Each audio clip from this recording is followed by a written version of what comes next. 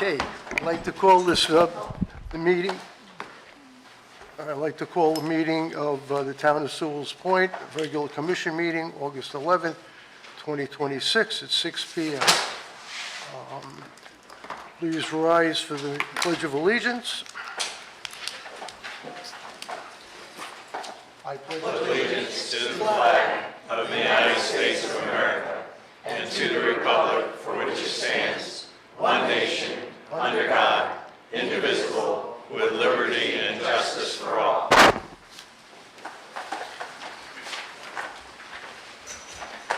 Okay, I'm glad to see the turnout tonight. Could you please call the roll? Mayor Burrell, I'm here. Vice Mayor Mayfield, Here.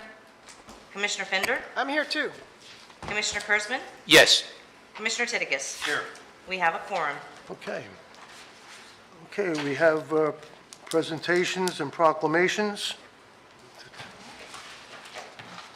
The first proclamation is for Hunger Month. Before the mayor of the town of Sewell's Point, Martin County, Florida, a proclamation, Hunger Action Month. Whereas hunger and poverty remain issues of grave concern in the United States, the state of Florida, and on the Treasure Coast, where 1 in 4 people experience food insecurity on a weekly basis. And whereas the town of Sewell's Point is committed to taking steps to raise awareness about the need to end hunger.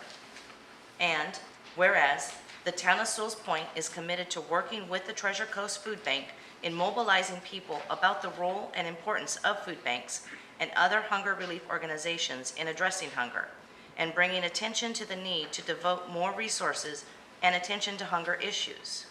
And whereas food banks and hunger relief organizations across the country, including the Treasure Coast Food Bank, coordinated Hunger Action Month in September 2026 and will continue to host numerous events throughout the month to shed light on this important issue and encourage involvement in efforts to end hunger in their local community. And whereas the town of Sewell's Point is committed to fostering a culture of generosity and civic engagement by establishing a donation collection point at Town Hall from August 12th to September 15th, encouraging the collection of critical goods such as diapers and non-perishable food.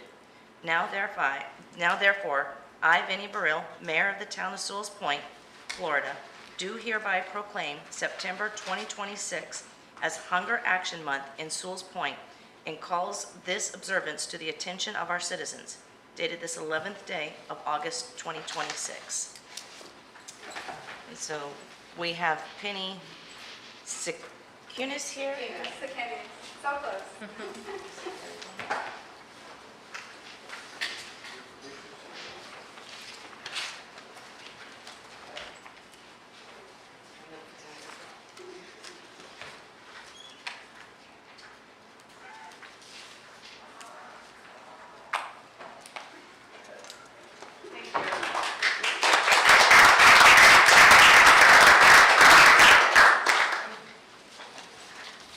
I didn't get that picture.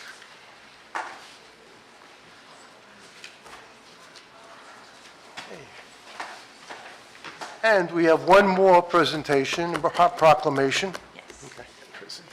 This proclamation is Captain Henry Sewell's Day in Sewell's Point. Before the mayor of town of Sewell's Point, Martin County, Florida, a proclamation. Captain Henry Sewell's Day in Sewell's Point, Florida. Whereas Captain Henry Edwin Sewell came from a family of seafarers and sailed around the world several times on the Benjamin Sewell.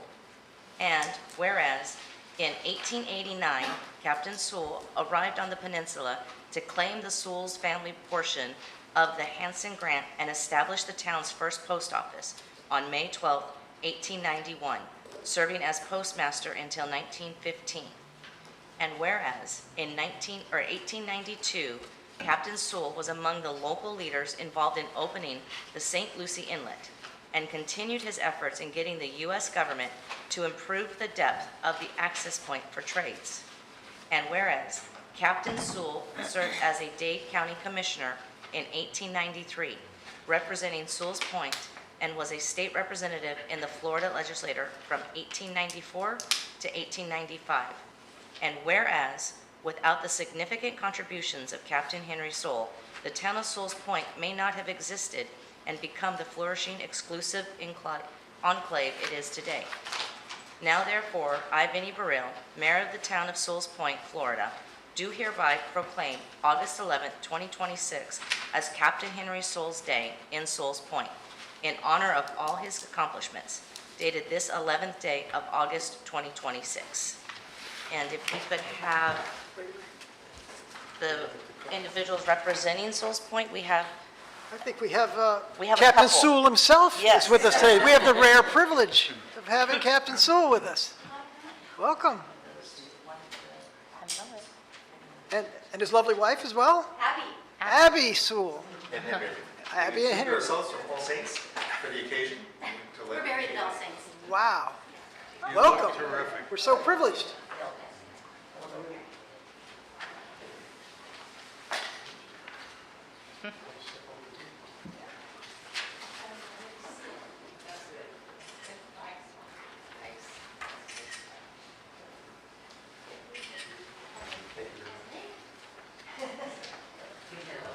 I like your term.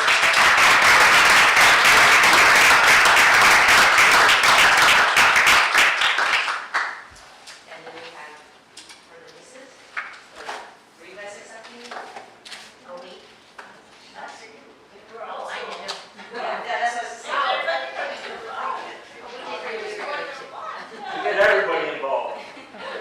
the whole family. Yeah.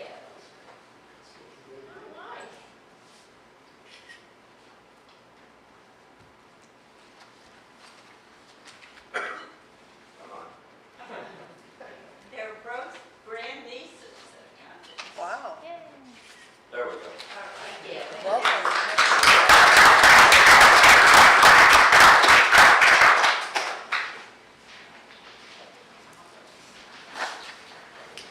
Sorry.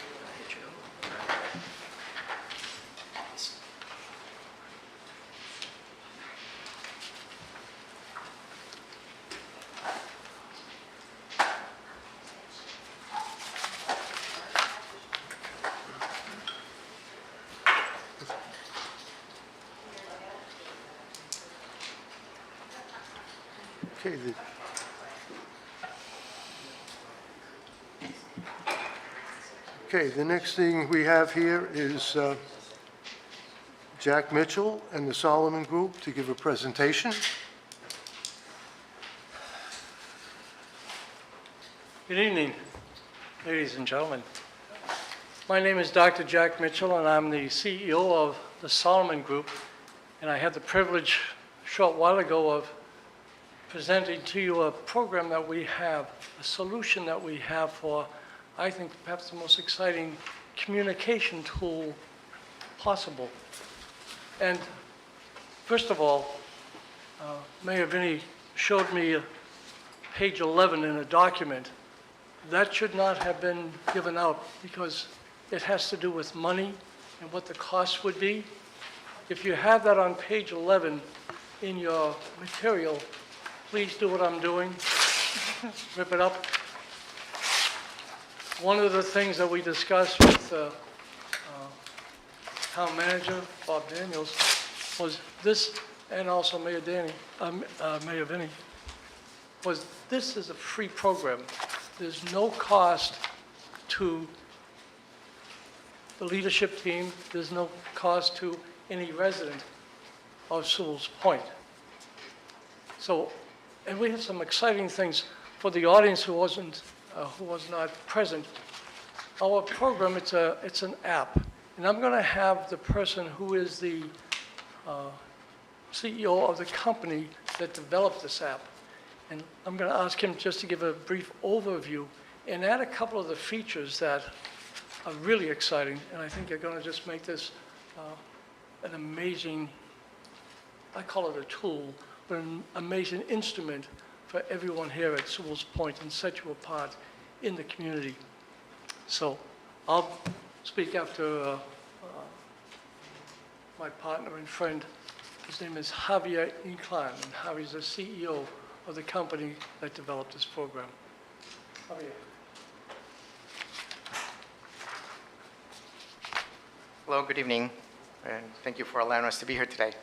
So from last time, we've done a lot of updates and a lot of changes that have been requested mainly from other cities and towns that use the solution.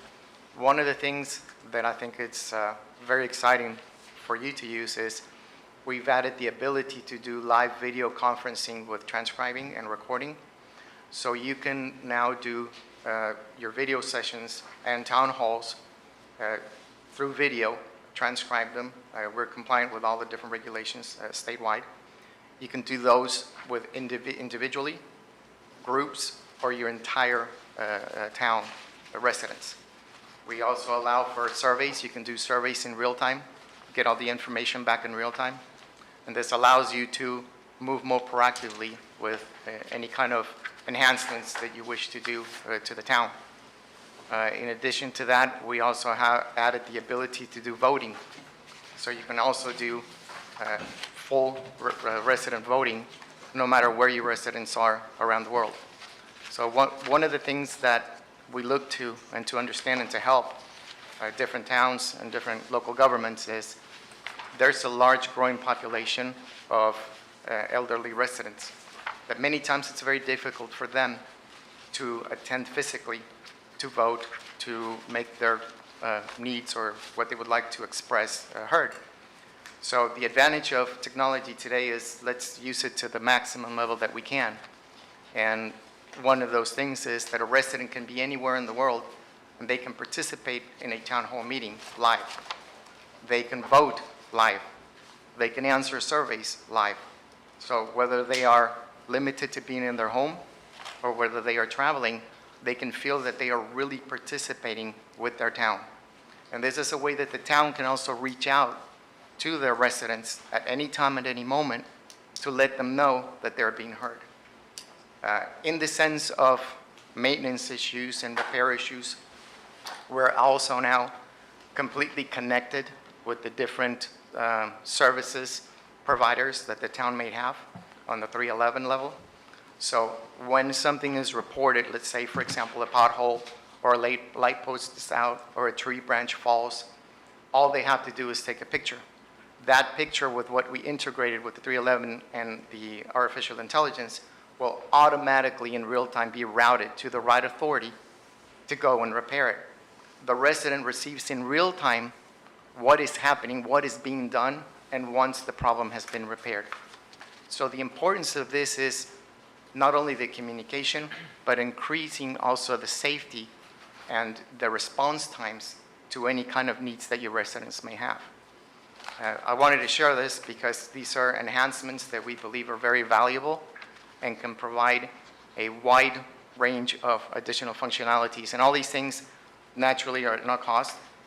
We decided as a company to provide the solution absolutely free.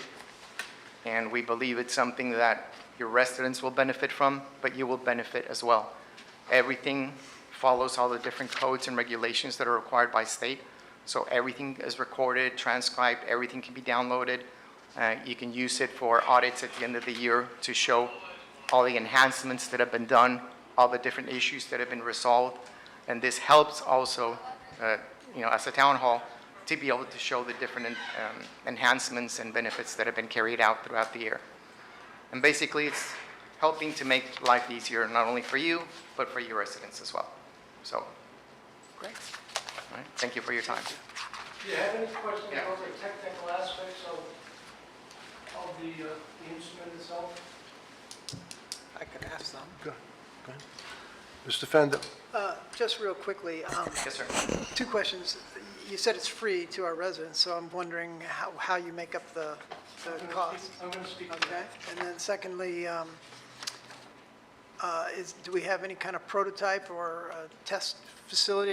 Is there something that we can test prior to deciding whether we want to roll this out more broadly? I'm more than happy to do that. We can do that. The entire solution is cloud-based, so you don't have to, there's nothing to install. There's nothing to have locally on site. There's no investment that required on your side.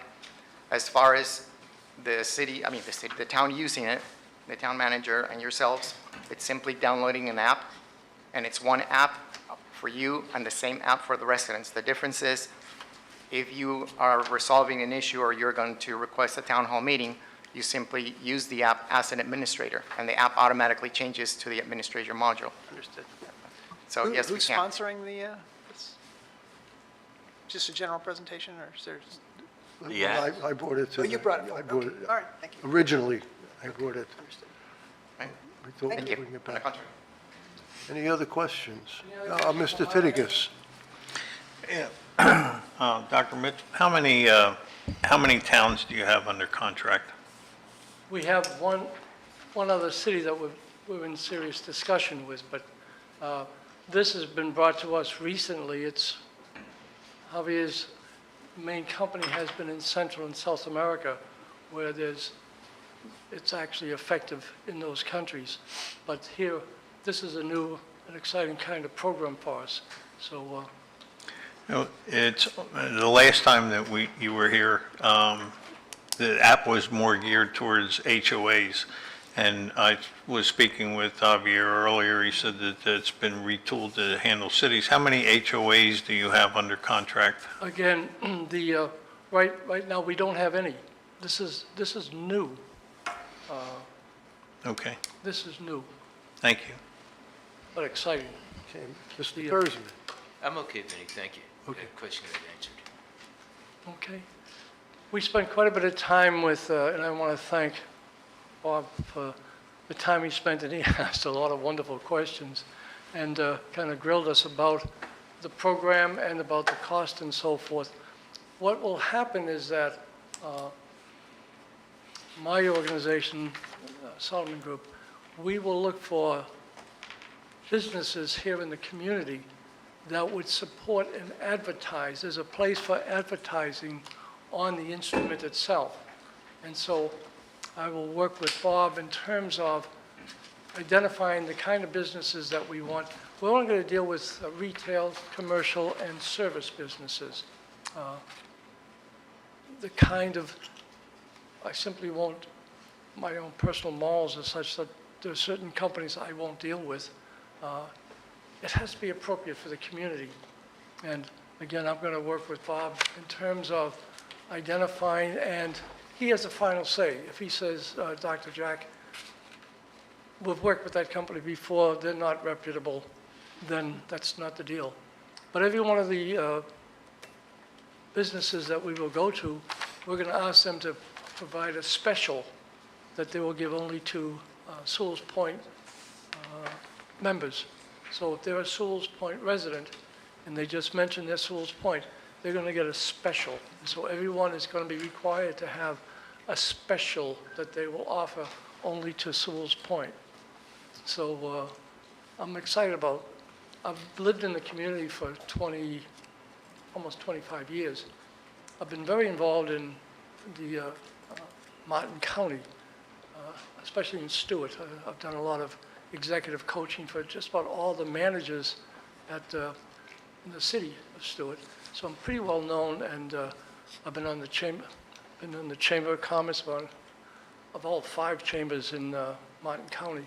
So I'm pretty well known, and hopefully, hopefully I have a good reputation. I believe I do. And so I'm really looking forward to sharing this, because I know the quality of what Javi has put together in his organization. It's an amazing tool. I'm just awed by it. I'm not a technical person. I'm a psychologist. I'm a lawyer. I'm a former Catholic priest. I have a lot of hats that I've worn. So technical issues like this are not my thing, but my expertise is in executive coaching and in communication. This is an amazing communication tool. So I'm going to be very proud to work with, especially with Bob and with Vinny and so forth, and any of you folks, kind of partner with you to make this a huge success, because if we can get Sewell's Point, a couple of my clients, I was telling Bob, you know, it's, as a salesperson, to be able to drop names, you know, when I say that some of my personal clients, I was with the Breakers Hotel I was their consultant for a number of years. Cartier, the Mouster Cartier, they were one of my clients. So I've had some pretty prestigious clients, and I know I'm also a graduate of Harvard. So I can drop those names, and that's given me a certain amount of credibility. I want to use, to be truthful, I want to use Sewell's Point. You guys are an amazing community.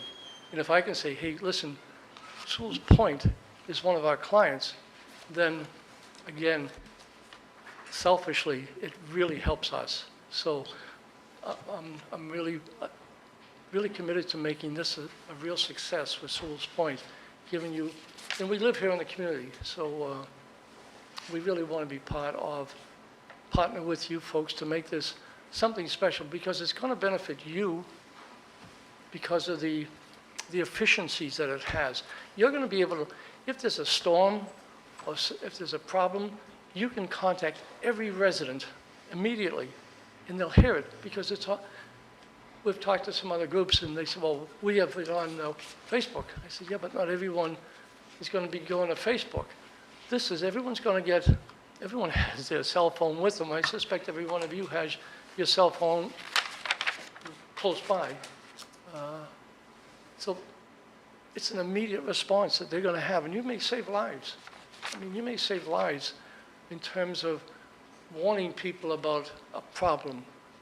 Heck, if a road is closed, this program will you can not only notify the residents that Periwinkle is closed, but you can also then give people directions in this app to other ways of getting through Periwinkle, whatever the case may be.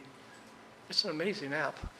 So I don't know what the next steps would be, I but have some questions that people, let me take some questions, please, Vinny. town attorney? Is this something that you would expect the town to sign an agreement with the company with? I'm sorry, say Are you that. expecting an agreement to be signed between this company and the town? Yes. Then my first concern is this something that's going to be subject to some type of competitive solicitation process? You're basically offering a product, so normally when the town is contracting with somebody offering a product, there's usually some type of competition. There might be other people that are offering similar products. So I'm just not sure from what you're saying, when you say that there's going to be an agreement, that usually requires some kind of a procurement process to come to that agreement. Between the sales relationship, that's between me and the business that we have that arrangement with. So from that point of view, the Sewell's Point would not be considered liable in any fashion from a sales point of view. In terms of a relationship, because it does take time and money to set up every one of your residents, then we ask that there be a 2-year commitment, if you would, that you would, unless there's a breach of some sort, that there be a 2-year commitment of using this product. Does that answer your question? It leads me to concerns that we may need to go through some kind of a process to seek competition for what you're selling. Maybe not you, but what Javier is selling. It sounds like, you're talking about a 2-year subscription. That implies a contractual arrangement that governments normally go through some kind of a process to say, okay, yours may be great, but there may be others out there that are also great. So, Sure, if I may. Sure. Steve? So, just to clarify a couple of points real quick.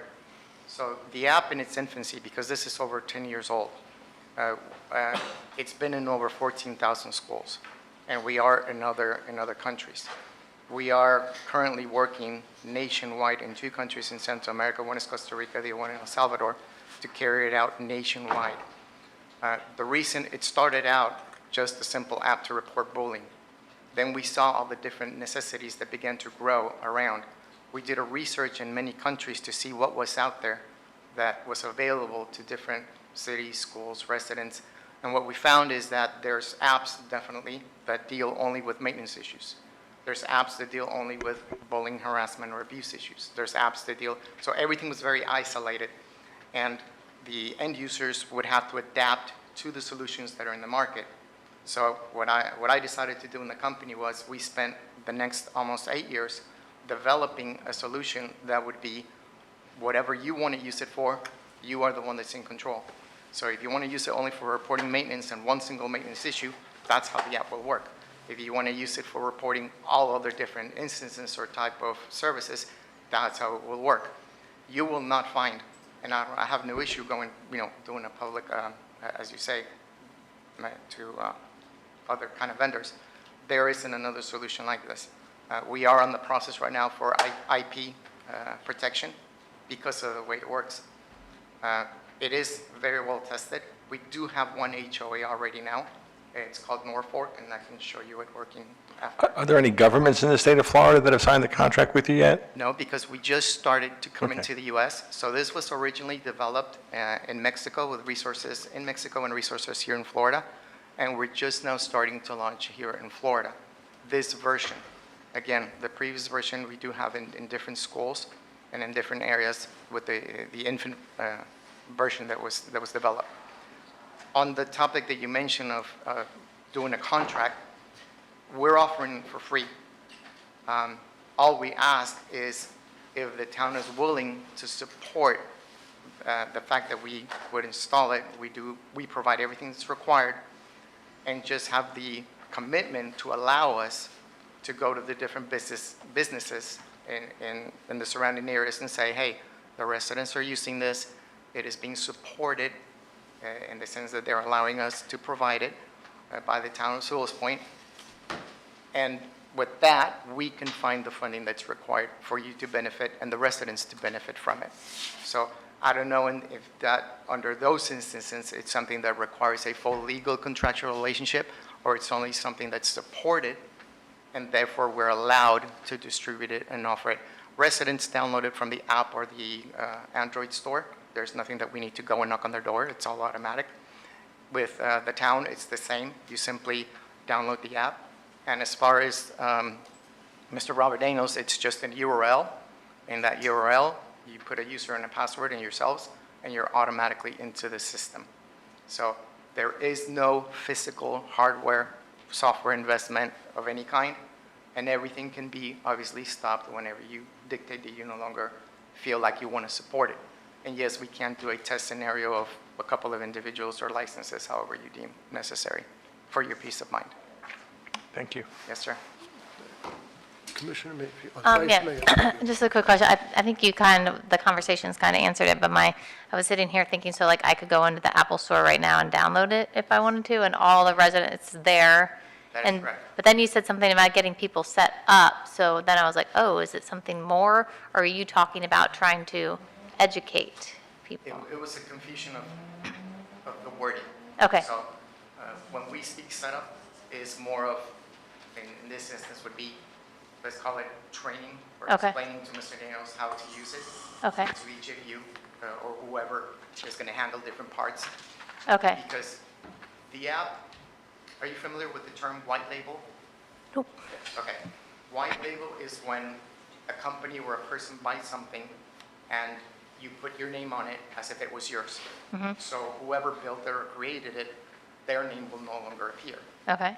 So we went a step beyond. So it's not only called, in this case, it will not only be called Town of Sewell's Point, the app itself, because right now it's called 4Point, but everything and how it works, you decide what you want it to show, how you want it to work, and everything is based on icons and checking little boxes. So there's no programming, there's no developing required, which every single other app out there does require, by the way.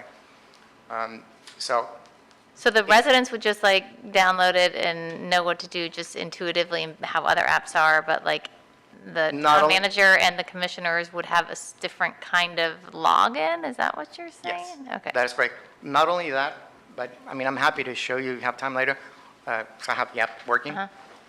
Not only that, but everything that you do on the app has a guide. Not only it has a guide, we also have a little button where the residents can even request not only help, but they can also submit enhancements or things that they would want to be added to the app, as well as yourselves. So everything is supported thanks to AI in many of its instances with real-time backing to allow guidance inclusively in how to use the app. Okay. So if I don't even know how to use it, I just go to the section that says how to use it, and you get the full information on how to use it. But nowadays, apps are pretty much self-explanatory. I mean, it's just you're pushing a button, it says report. I press the button report, and then it comes out. You want to report something of utilities. You want to report trash. You want to report, then you press the button, and then it says take the picture. You take the picture. I mean, it's very intuitive, very friendly, user-friendly. One of the most important things for me in the development area that I instructed was, and I'm happy to show it to you later, if you have the time, is to be very easy to be used by the elderly. This for me was very critical because if you look at solutions that are out there, if you look at having to use social media like Facebook and Twitter and things, it can get complicated. And I see it with my father. So he's 87 years old, and even though he's still a very bright man, he's not computer literate. So he has a lot of difficulties handling these social media sites. So I figured, let's make it simple. Our cell phones is something that are pretty much our third leg, our other ear. It's part of us. So why not put everything that the town offers, and each town or each city and each school, because your entire site and everything that you offer today, I can show you right now. I click a button and it's already on the phone. So why not allow those same functionalities to be mobile and convenient and easy to do and use, not only for your residents, but for yourselves as well?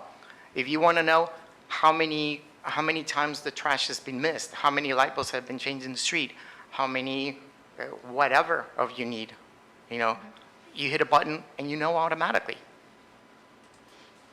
So that's the whole purpose of this. And the reason to give it for free is because I do believe that we all have to start somewhere, Mr. Torcivia. No, we don't have a town. No, we don't have a city here in Florida in the U.S., but I'm willing to do whatever it takes if you give us the opportunity to show you that it's going to benefit your residents and your town. Any other Thank you. questions? It almost sounds to me like you should be paying us for the good housekeeping seal of approval. I mean, that's what it sounds like. I mean, you're offering a product that there's nobody else in the state that's contracted with you, and we're honored that you're picking Sewell's Point, but it sounds like we're bringing more value to the table.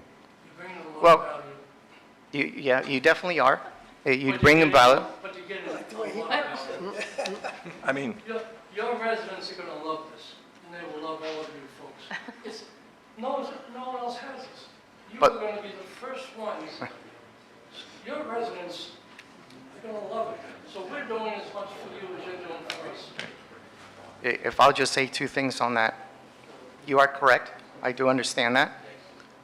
But you will be the first town to have the most modern technologically advanced communication tool out there that exists for towns, for cities, and for HOAs and schools to prevent any kind of different maintenance, whether it's from maintenance to security issues.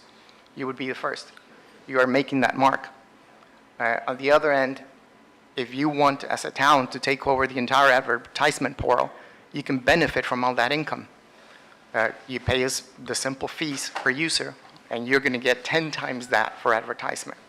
So as a company, I'm not looking to, and pardon me if I use the word, I don't mean anything bad by it, I'm not looking to take advantage of any kind of town or future customer.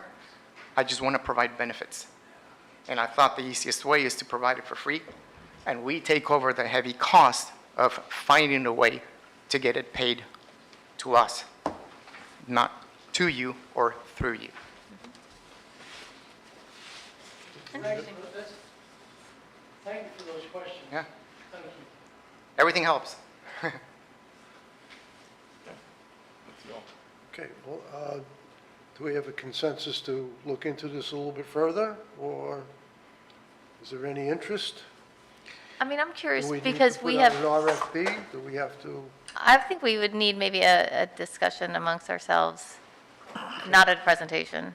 on the agenda. I mean, because it has repeatedly come up about communication, and I know it's hard with social media and the website and flyer, so much of our stuff comes down to communication. So I'm willing to look at, I'm not saying yes or no, but I think it sounds like a good idea fundamentally. I So. feel like the next step is if it's downloaded from the App Store, create the prototype so that those among us who have to make a decision can tinker with it and see if it's something we want to pursue further, as well as understanding the legal and financial ramifications of this. And then maybe discuss it, like look at it ourselves and then discuss. Maybe it's something that generates revenue for the town.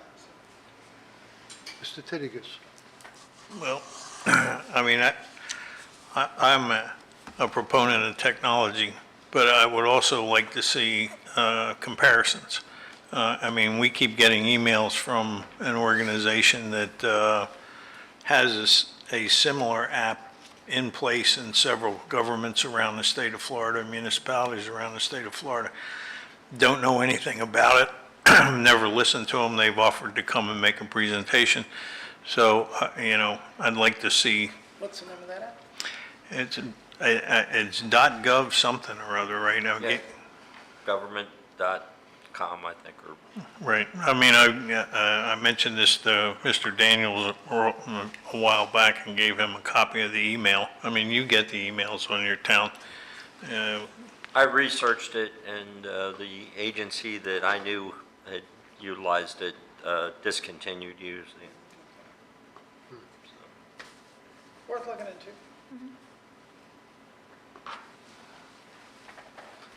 Do you want me to place it on? I'm sorry.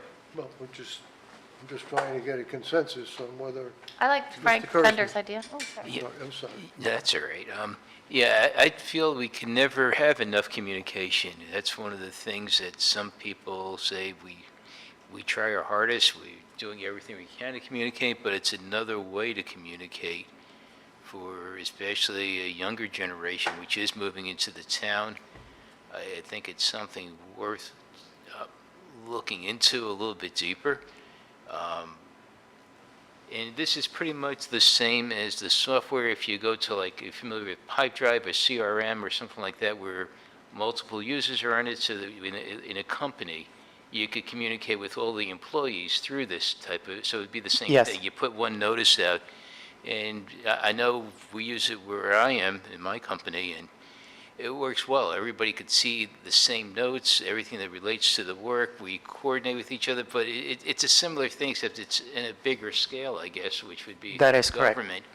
And it's up to the minute, so I'll hear like a ding while I'm sitting at home, and, you know, somebody wants to notify everybody in the company, so and such is happening, or what is your opinion on this? So we're able to answer.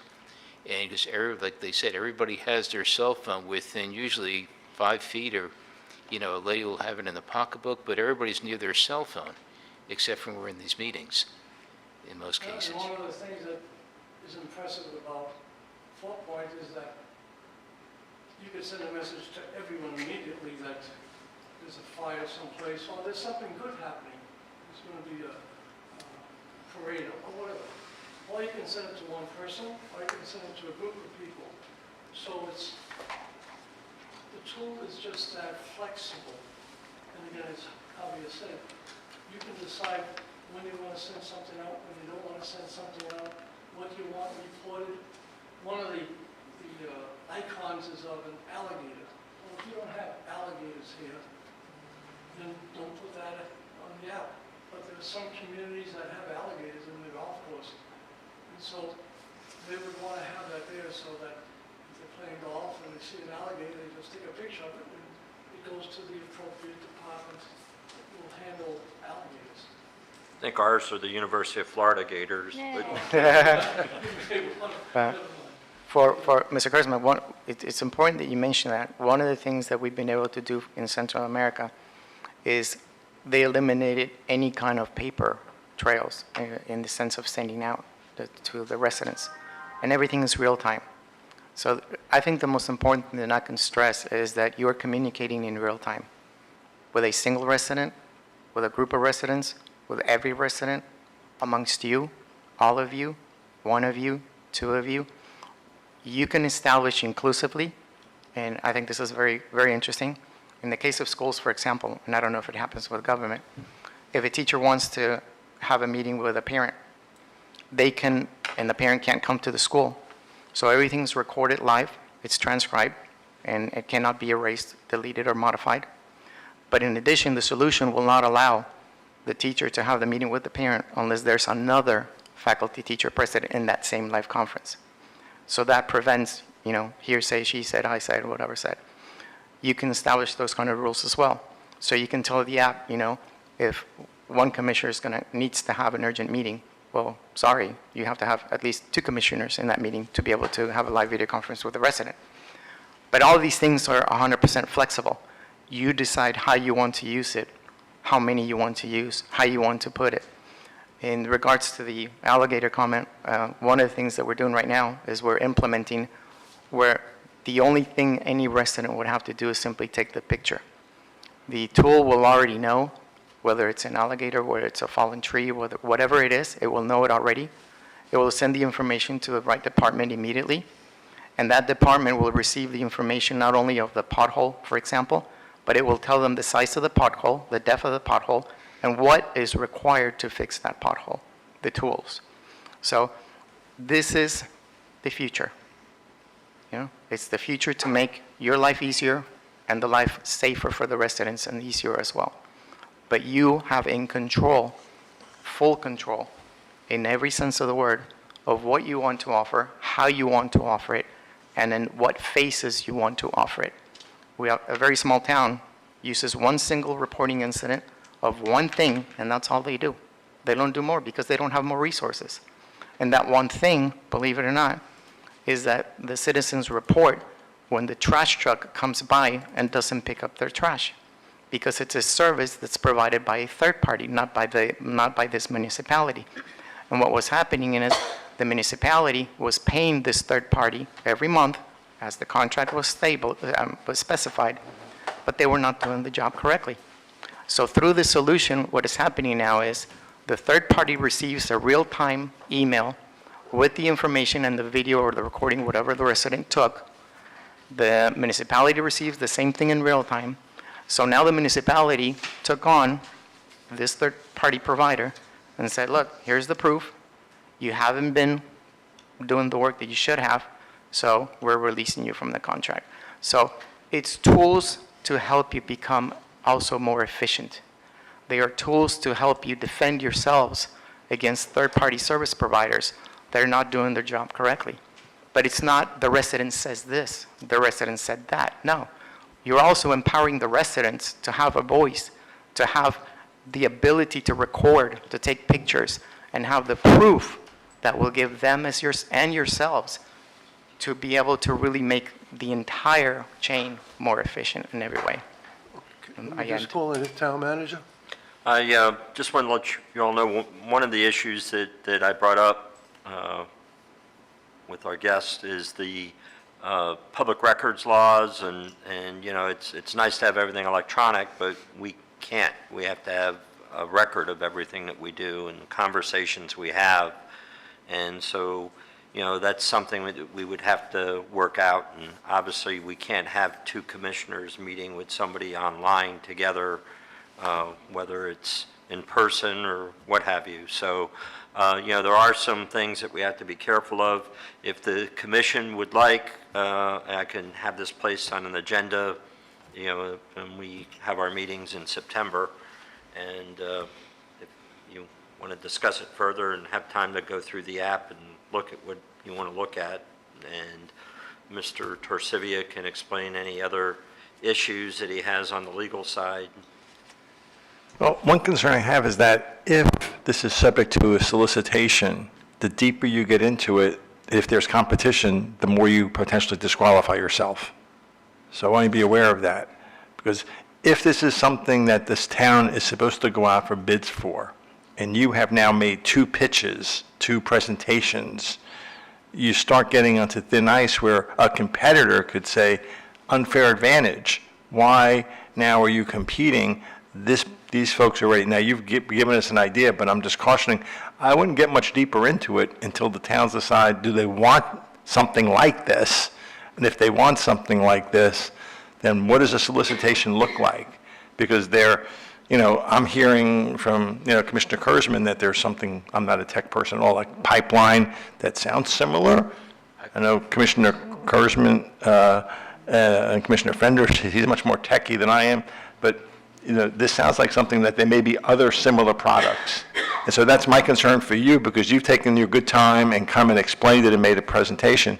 But I want you to kind of be careful, because if you go much further, and if they decide to go down this path, you don't want one of the competitors saying, wait, unfair advantage, because they've now pitched the idea, we can't tailor a solicitation just for you, for example. It'd have to be open, I don't know if the word is open source, but an open competitive process where anybody could present the idea, and some people might, who knows what they might do. So it's intriguing what you're saying, and I'm personally very interested in it, but and as a lawyer, I'm a little concerned that if this is a product, and it's a product, right, and whether we're paying for it or you're paying us, if the town is purchasing something, we usually have to go through some kind of a process to purchase it, and that's the concern. So just wanted to give you the heads up that I don't want you to get too much deeper into it, because I'm hearing from people that know more tech than I do that this is maybe unique, but maybe similar to some other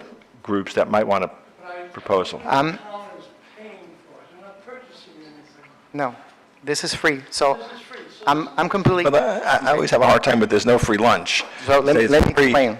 Every app that's out there, every solution that's out there has a price, okay? They don't work off of an advertisement model like we did, which is one of the things that I discovered. Competition, if we look at analyzing from a study point of view, is the healthiest thing that exists. I'm more than open to competition. I'm more than open to having other apps come here and present. And I can guarantee you, nobody will be able to do what we do. It's too much that I've invested. It's too much that we've done in research. But the biggest thing that sets us apart is that we're providing it for free. Nobody will be able to tell you that they'll give it to you for free, because these are companies that are very large. They're middle to large companies. I'm a small company. I'm not shy to say it. I'm actually proud to say it. I'm a young entrepreneur trying to do good in the society, but I'm open to it. I think it's a smart thing to do. I think the town should look at other solutions and see what they can provide, and you will see that what we provide embodies what every other solution does independently and individually. So you will benefit from something in more than one way. The key, I believe, is, as you mentioned, sir, how can we figure this out to work for the town of Sewell's Point without entangling ourselves in a legal issue, because you are not paying for it. You're receiving the service for free. So that would be I think the key. I think, as the Vice Mayor suggested, the Town Commission should probably have this discussion maybe after the budget season, maybe in October, as to whether this type of product is something, without a presentation. Understood. You can certainly be present as a member of the public, but without you getting into a discussion back and forth, because the more you do that, the more it sounds like you're the vendor. And again, I don't want you to be disqualified from Understood. doing that. So if the town in the fall wants to have a discussion about, is something like this something you're interested in, and you give Bob and I direction to develop some kind of competitive solicitation, we'll do that. If you look at it and say, not so interested in it, then we're not going to waste time and money, developing something. So if, I like it. Go ahead. I was just going to say, I like that idea. Put it on the agenda in October. So- In the meantime, we'll look at it. Do we have to do an RFP on this? Not. Well, not- then. I think that's what Mr. I Torsivi know, is going to don't we be. have to do that? Probably. That's why I haven't looked at yet, but if you want to go down this path, you probably do have to do some kind of an RFP. Okay. Now I got all kinds of lights. Here we go. Mr. Fender. Well, while we were talking, I went on the App Store and looked for 4 points, and there's lots of 4 points, so I couldn't find yours, but maybe you guys can point us towards what's out there today. Sure, not a problem. Mr. Titigus. Yeah, I'd like to see the town manager maybe in consultation with Commissioner Fender, who's in the IT business, to sit down and put together a list of how he would feel, this app could be used in our town. And you know, there are some things in the presentation here, but the question is, what are the needs of the town and how can we improve the efficiency of the town? So Bob and Frank sat down and put their heads together and came back with a list and said, here's what we think we could do, or what we would like to do. And maybe 4 Point meets all those, maybe it doesn't. But that's a starting point. Because right now, I mean, I heard what these gentlemen had to say, and it sounds good, but what are the needs of this community? And does this meet the needs? Or are there other things out there that may meet the needs? Well, we'll see if it have a feature to get people to meetings on time, so we'll check that. Well, we're just going to put a buzzer in your car, Frank. So we're all agreed then, the town manager and Mr. Fender will get together and discuss this and then present us with what their findings are. And then we will go for an RFP, or will we just accept it if it meets our needs? Yeah, I think we need to think about it in the meantime and look at it ourselves. You know, we all have to come with input too, and what we think of it and what the town needs, because I know we all listen to residents about what they That's want what I and mean, don't want, Let yeah. them put together a list of what they need, and we'll put it on an agenda. And then we can consult with, you know, the town attorney and get his direction on, you know, which way we would have to go. You want to go down that path, right? And, Is you that- know, and getting the answers that, you know, we need for statutory purposes. Okay, is that going to be a conflict with an RFP? If you decide to go down this path, and if one of these two bright gentlemen, especially in the tech world, say, this is, we want a flag, right? This is a flag. They happen to have a flag that's this color or that color, but we want a flag. This is the flag we want for our town. And what are the features we want in our town? Do we want 13 stripes? We want 12 stripes? Whatever it is we want. And then the question is, do you go out for proposals? Probably, because I'm guessing there are other, from what I'm hearing, there are other companies that offer something similar, maybe not identical, something similar, and then they would put in a proposal like everybody else. And that proposal might be on their research that the town gets it for free. It might be that the town gets paid something for providing, I'm not sure if platform's the right word, but providing something. Like when you talk about filling potholes, you know, somebody's got to report the pothole, right? Who's going to do that? Presumably, it's a town police officer that says, oh, pothole here. But that's way out of my, you know, level of knowledge about tech. Let somebody walking their dog. Exactly, exactly, could be that. So I think if the direction is that, you know, the manager and commissioner get together, I'd love that as a great first step. No worries, I'm happy to help. Next time, I won't ask for your opinion. Sorry. Okay, so we'll put that on the next agenda. October, I think, if that's okay, unless, Well, that gives us time, that gives us the budget time, you know, for, because you said we can download. I don't want to get into a long discussion, but we can download. Yeah. If I just make a quick clarification, yes, you can download it, but when you download it, you just see the white label app.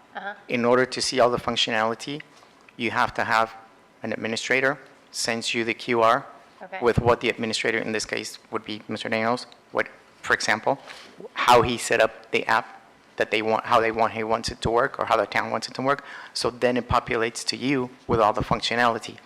And that's one of the protections, because every town, every city, every school has different needs. Okay. So we customize, well, you customize yourselves the app. I don't know how the laws work in as far as helping. I have no interest, obviously, in damaging any law or opportunity for you to get this or for us to provide it for free. But if the law allows it, I'm more than happy to do whatever I need to do to show, to allow you to use it, to, you know, structure it, and then see if it makes sense. There's, Whether we use it or not, I think it's probably in your best interest to give something to Bob that he could actually, you know, we would rather see a demo than a piece of paper, right? Of course. We'll not be able I to make agree. a decision unless we have something Did to a tinker demo with. last, We gave it down on the last time. they did a demo last time. We gave it a Well, demo but we the need to last play time. with it, is what I heard. yeah, no, I'm happy. I mean, the reason I brought it up is because I don't know if if I'm allowed, if legally I'm allowed to come and do that. But I'm more than happy to set the whole thing up. Either, by the way. Okay, so I'm more than happy to set the whole thing up and have you see Again, my it. caution to you is the further you go down this path, the more you increase the risk to you that you might disqualify yourself. Understood. So if I'm in your shoes, if I'm your lawyer, I would advise you to stand down. That would be my advice to you. I'm not your lawyer, I can't give you that advice, but I think step back. I don't know how I will be able to do anything that you and Frank have asked me to do without looking at the app. Right, so how do you do that? I mean, is there, It's a free app, it's downloadable from the App right, Store. right, It's- right, and you could do that, and you can download. He said you can't really use it. It's not going to be populated. Yeah, he said you can't use it. No, I think we just have our, We made something, if it was something out there that was downloadable and populatable, that we could demo, then there'd be something for us to take. why don't we have a meeting and we just talk about it amongst ourselves and determine whether there needs to be met in this arena, and then if we're very serious about it, once we have time to think about it, Okay. then we could say, okay, we'll take the next step, and maybe we could do some trial period where Bob gets it and shows it to us and work in something like that. But I don't think we can I will do decide whatever it. you tell me to do. So based on what Mr. Torcivia just said, what I could probably do without hurting my interests and helping you to understand better the solution. So we'll develop a full video showing the entire functionality and the benefits, and we'll put that on our public site, which is public information, which means I'm not doing anything out of the norm, public norm. And that way you can see it, your residents can see it, we have nothing to hide, and you can get a good idea of the entire benefits that you will receive. I guess, we won't show it creative. to residents. If they go find it, that's fine, but we'd like to look at it. Yeah, well, we can go on the web. Okay. Thank you very much for your time. Thank you for your time. Do you want us to, join Javier to do that, to I think that's up develop that video for you? I think that's up to him. That's his choice. I don't think there's any direction that they're giving you to do that. If you want to do that, then that's up to him. That's his choice. Yeah, but if there's no interest, I don't want to waste Javier's time and. That's- We don't yet know if there's interest or not interest right now. Pardon? We don't yet know if there's interest or not interest sitting here today. And we won't be able to make that determination unless we know more things. Okay. I understood. It's okay. On my side. So you're going to do a website or something to the order? Yes, so we have a site. It's called 4pointdev.com. That doesn't matter. So the number 4, not the word, 4pointdev.com. Huh? Yeah, we're not giving him any direction. No, I just want to know if he has a website. He'll probably send you an email or something. Okay. That's No. good. We just have a site, public site, and we have videos there, which we're going to add more. What we do is invite you to just visit the site. Sounds great. Check it out. Love Okay. that plan. Yep, Done? and invite every resident as well. Here. Okay, Thank you so much. thank you. Thank you.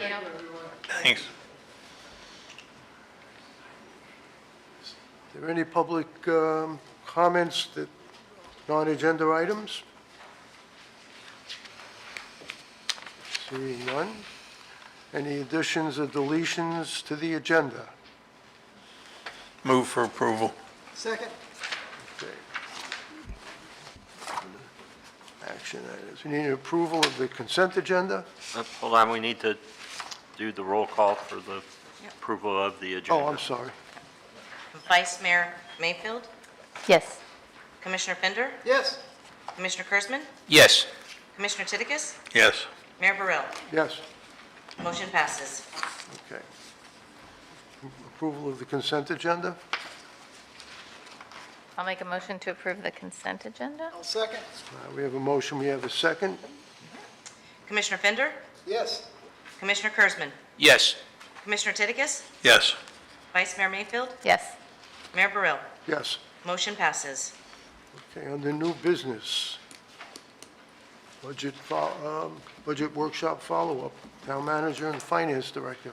Well, I put it on the agenda because I wasn't sure if there was going to be anything that you all wanted to discuss. Our next meeting is September 3rd at 5:05 PM right here, and that'll be our first regular meeting. It is a Thursday, so when we get into budget season, we can't set a public hearing on the budget or the millage rate unless we are not in conflict with the county commission and the school board. I believe the school board said that they were on Monday and the county commission is on Tuesday. So when we set these dates last year, I guess it was, or the beginning part of this year, we sort of knew that we were going to have the same conflict like we did last year, so we moved it to the Thursday. So we have it on the 3rd and 17th. and the 17th. Thank you. So those will be our first reading and approval, and then that's the tentative, and then the proposed will be adopted at the final public hearing on the 17th. You said next meeting, but you just meant the next budget meeting, because we have a regular meeting at the end of August, correct? No, No. we don't have another meeting till Okay, yay. Well, we could start one if... No, I haven't okay. looked at the Could always calendar. call a special meeting. We actually just did for have you, two. we could We had call two it. this month anyway, so we're Yes. good. Okay. Okay. So thank you. Any public comments? Okay. Any discussion or motion to approve the changes to the agenda or budget workshop? Since We- there is we already- none, we'll just move along. Yeah. So we're on 2B. Yes, we are. Resolution number 1000-26. The town manager, finance director. Will the clerk read the resolution, please? Resolution number 1000-26, a resolution of the Town Commission of the Town of Sewell Point, Florida, adopting the revised personnel manual and providing an effective date. And there is an exhibit of the proposed human resource policy manual. I believe most items that have been updated or proposed to be updated or modified are in red. Everything that is in black was previously adopted, as this says. And if I may, we wanted to make sure that everything got approved by the town commission. We couldn't find some changes that were made probably 5 or 6 years ago this document that we didn't have. We went back and checked the minutes of the meetings and stuff to make sure. So, if there was a question, we're bringing it before you again as a change. But I think for the most part, aside from some of the title changes and so forth, pretty much most of it is the new modifications that we have. Mayor, is it all right if I ask the manager a question? Could you give us a short run-through about the changes and what stands out to you? And Sure. not just, I looked through it, but I appreciate the reasoning or whatever we really need to take notice of. Okay, no problem. Let me make sure I started on the first part I here. mean, you don't have to go through every single one. That would take a long time, but just. No, short here. a lot of these that, we haven't dealt with, and some are just typos that we've straightened out. I guess the issue is, interpretation of it, and we added in here, even though it says the current language is the responsibility for modification and/or interpretation of this manual is delegated to the town manager in accordance with the provisions of the town charter or ordinances. Modifications shall require the approval of the town commission. Any issues of interpretation, basically, I have to consult with the attorney. And that's the only change I see Okay. really out of that paragraph. I have a question. Go ahead. Leviticus? Yeah. Do you want to take questions as we go through this, or do you want us to wait until the end and then hit it all at one time? I would say do it all at once. And then. do it all at once. So hold Like questions budget. until after Bob goes through everything. Okay. Okay. That's fine. The positions covered, they added policy, which I don't know if that's important or not, but it's this manual, and it involves paid employees of the town. There was some question about volunteers, and I thought they had been removed, and except there's one place that I think it wasn't removed, that we'd like to remove it. So,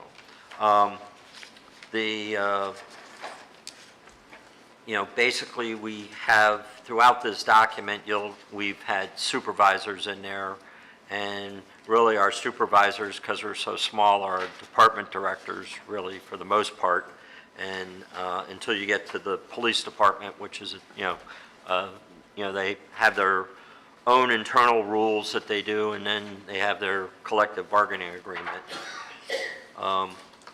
The department directors, though, are responsible for oversight of the rules and policies and the procedures that we have, and that's kind of what that refers to. Departmental procedures must be approved by the town manager. So a policy, that's really, this manual sets up a policy. But if you want to know what the procedure is that I expect everyone to follow in enacting the policy, those are usually out of policy directives. And so that's what we're talking about there, not to take away from the power of the commission, because, those are basically the policies, but the procedures are things that I have to set up to make sure that we're doing things appropriately. And then in the event of a conflict, the town rules and regulations contained herein or the appropriate employment agreement shall take precedence. When this manual was last modified, we didn't have a collective bargaining agreement, and so the collective bargaining agreement, supersedes our policies.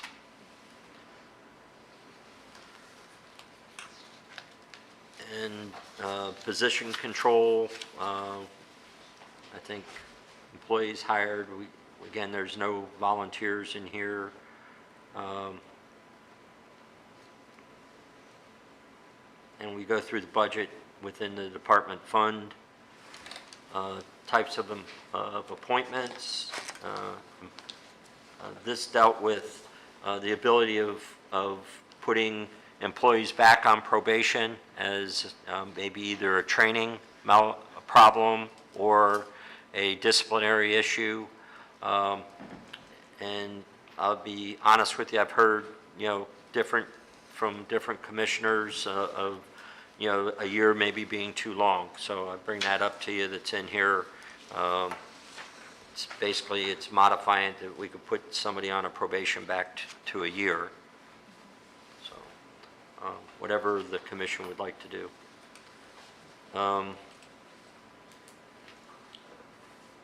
It's up to a year. Pardon me? Up to a year. Yes, that's correct.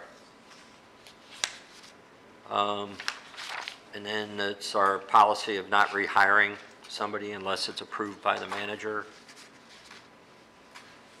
And really all hiring goes through, I have to approve hiring, firing, and so forth. That's a requirement as part of our charter under the duties of the town manager. We added, instead of just the town clerk, the finance director, town clerk, on 2, and director instead of supervisor. That was on page 11. Moving on to 12, we have employees, non-exempt and exempt employees, that were required to work during a declared emergency.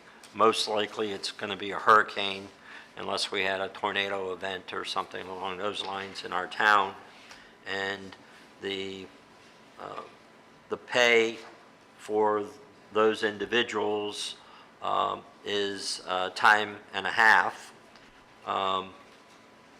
They're basically, with the police side of it, part of their agreement is they get paid their time, and then they get time and a half as well for being there. But you correct me on that one, will you? please? Administrative. I'm sorry? Administrative as well. So an example. Okay, can you give the example? So an example would be the administrative assistant police clerk required to be here to answer phone calls and things. Other employees are sent home on administrative leave. This town hall is closed. So the employees that are sent home on administrative leave are still getting paid. The employees that are required to be here are getting paid at an overtime rate for being here, on top of the pay that they would be getting if they went home. So it's basically... 2.5 times. Yes. Because we're Unless requiring them to be... you're exempt. Yes, unless they're exempt. So, And then, flip by real quick, sorry. And like, you are doing an excellent job, but you don't necessarily have to go through every one Okay. because there's a lot of red. Yes. So Well, just and the- most of them, like I said, are Okay. changes in the titles. There is a Just the ones that, like, I did go through it, but just the ones that you think are of note or the most consequential or the most.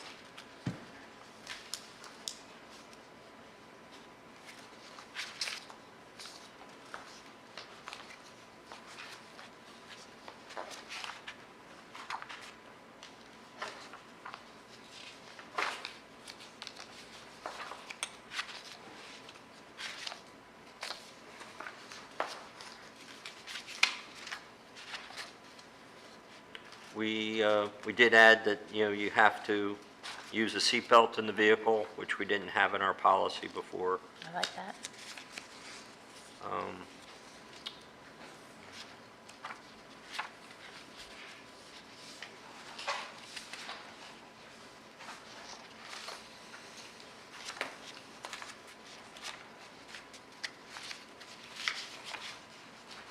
We've had drug testing in there.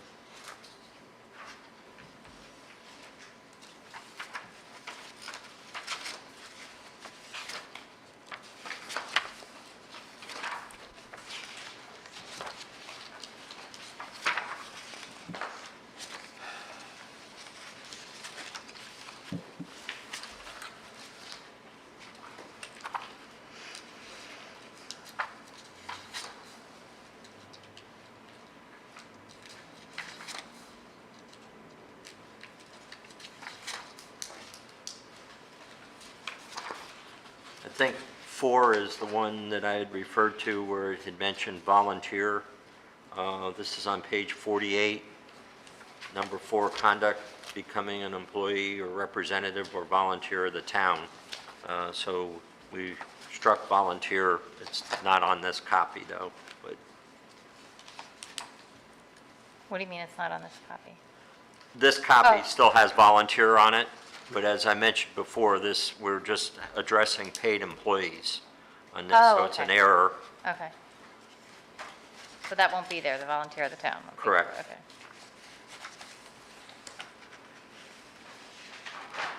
Okay. Service recognition, this just formalizes a policy of recognizing our tenured employees.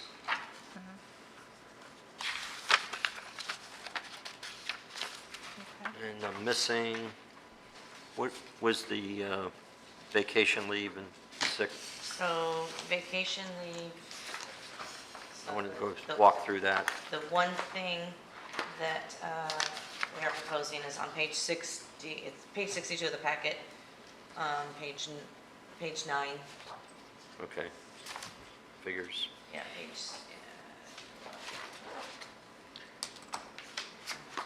because this ties into that page. Keep going, yeah. Oh, no, down. So 2.3, section 6, page 9. So, right there, part-time employees who work more than 20 hours a week, fewer than 40 hours a week, these employees will receive benefits on a prorated basis.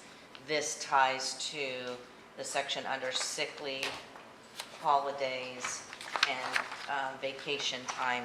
And what this is for is that any employees that are part-time or go to part-time would get vacation, sick, and holiday at a prorated basis based on the number of hours they work. So right now, a full-time employee, if you work 40 hours, you get 8 hours a month for vacation. If you had an employee that worked 4 days a week, they would be prorated and they would only get 6 hours of vacation. So this is basically, our neighboring communities do the same thing. They have prorated basis. And so it's just staying, once again, comparable and kind of in line with what other agencies are doing. It does allow us to keep staff that may want to work part-time and reduce the cost to the town because we're not paying full-time for an employee to, by maybe just sit. And, if we can reduce hours, it allows us to provide them a prorated portion and keep them at a reduced rate.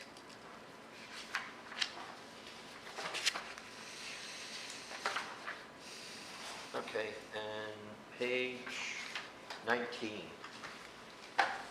is, that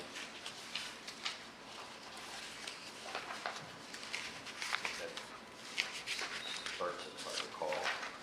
That's the vacation. Yeah, that's the vacation time. And here,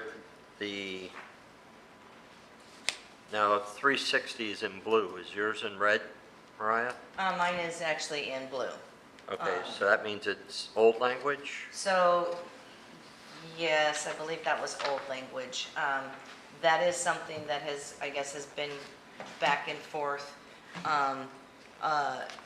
One of the things is actually on page 20, is basically how many hours can be carried over. And there seems to be some discrepancy in trying to get the history. I spoke with the chief about trying to find the history. According to the chief, the history is that you could carry over a balance of 360 hours. At some point in time that was a policy. Not finding that. I've seen just where there's discussion, it's kind of gone back and forth, but there's been no really resolutions that I could find that truly address that. What page is that? It's on page 20? Yeah. 73 Page of 73, sorry, yeah, 73. 23 of the manual, Frank. 73 of agenda. So the town does not, and I do know that this is an important thing, to the chief. She is our employee that has the most vacation hours out there. She's been here the longest time. So the accrual and being able to carry vacation over is an important thing. She is one of the ones that is not, sometimes her vacation gets canceled. Or sometimes if she's on vacation, she comes back because of a hurricane.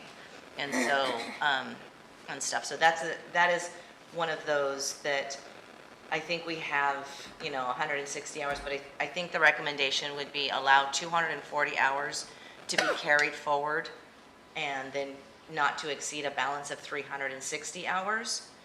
Where that ties back in is down below under 5.6, payment for unused vacation leave. It looks like there was 360 hours. That's kind of gone back and forth, whether or not the town could, what the town would be willing to pay out for. I think there was an original policy, and once again, trying to find the history, it went from 120 hours to 240 hours. Right now, we have a maximum of 240 hours as basically the allowable vacation leave that would be, paid out upon separation. So I will tell you, 98% of the employees use their, vacation. It's the employees that have been here a while that might have a little bit of a trouble, getting the employees in. So when we have 2 and I would say maybe 3 employees, but they pretty much use their vacation. So I think one of the ideas that, is maybe grandfathering in those individuals that, were under the 360 umbrella, and, then it would phase out as they retire, move along or whatever, because it is a change, and I know, we do count on, having vacations, but I just know my own personal thing, the last 7 months, I haven't had a vacation because we've been in the project mode and stuff, and I know the chief is very conscientious about making sure that she's here, at any time that she's needed, or she knows that I'm going to be in a conference or something, she tries to be here, because she has that historical knowledge and ability of running the show in my absence. So, and I think those were the major items that, I wanted to make sure that you all knew were in this document.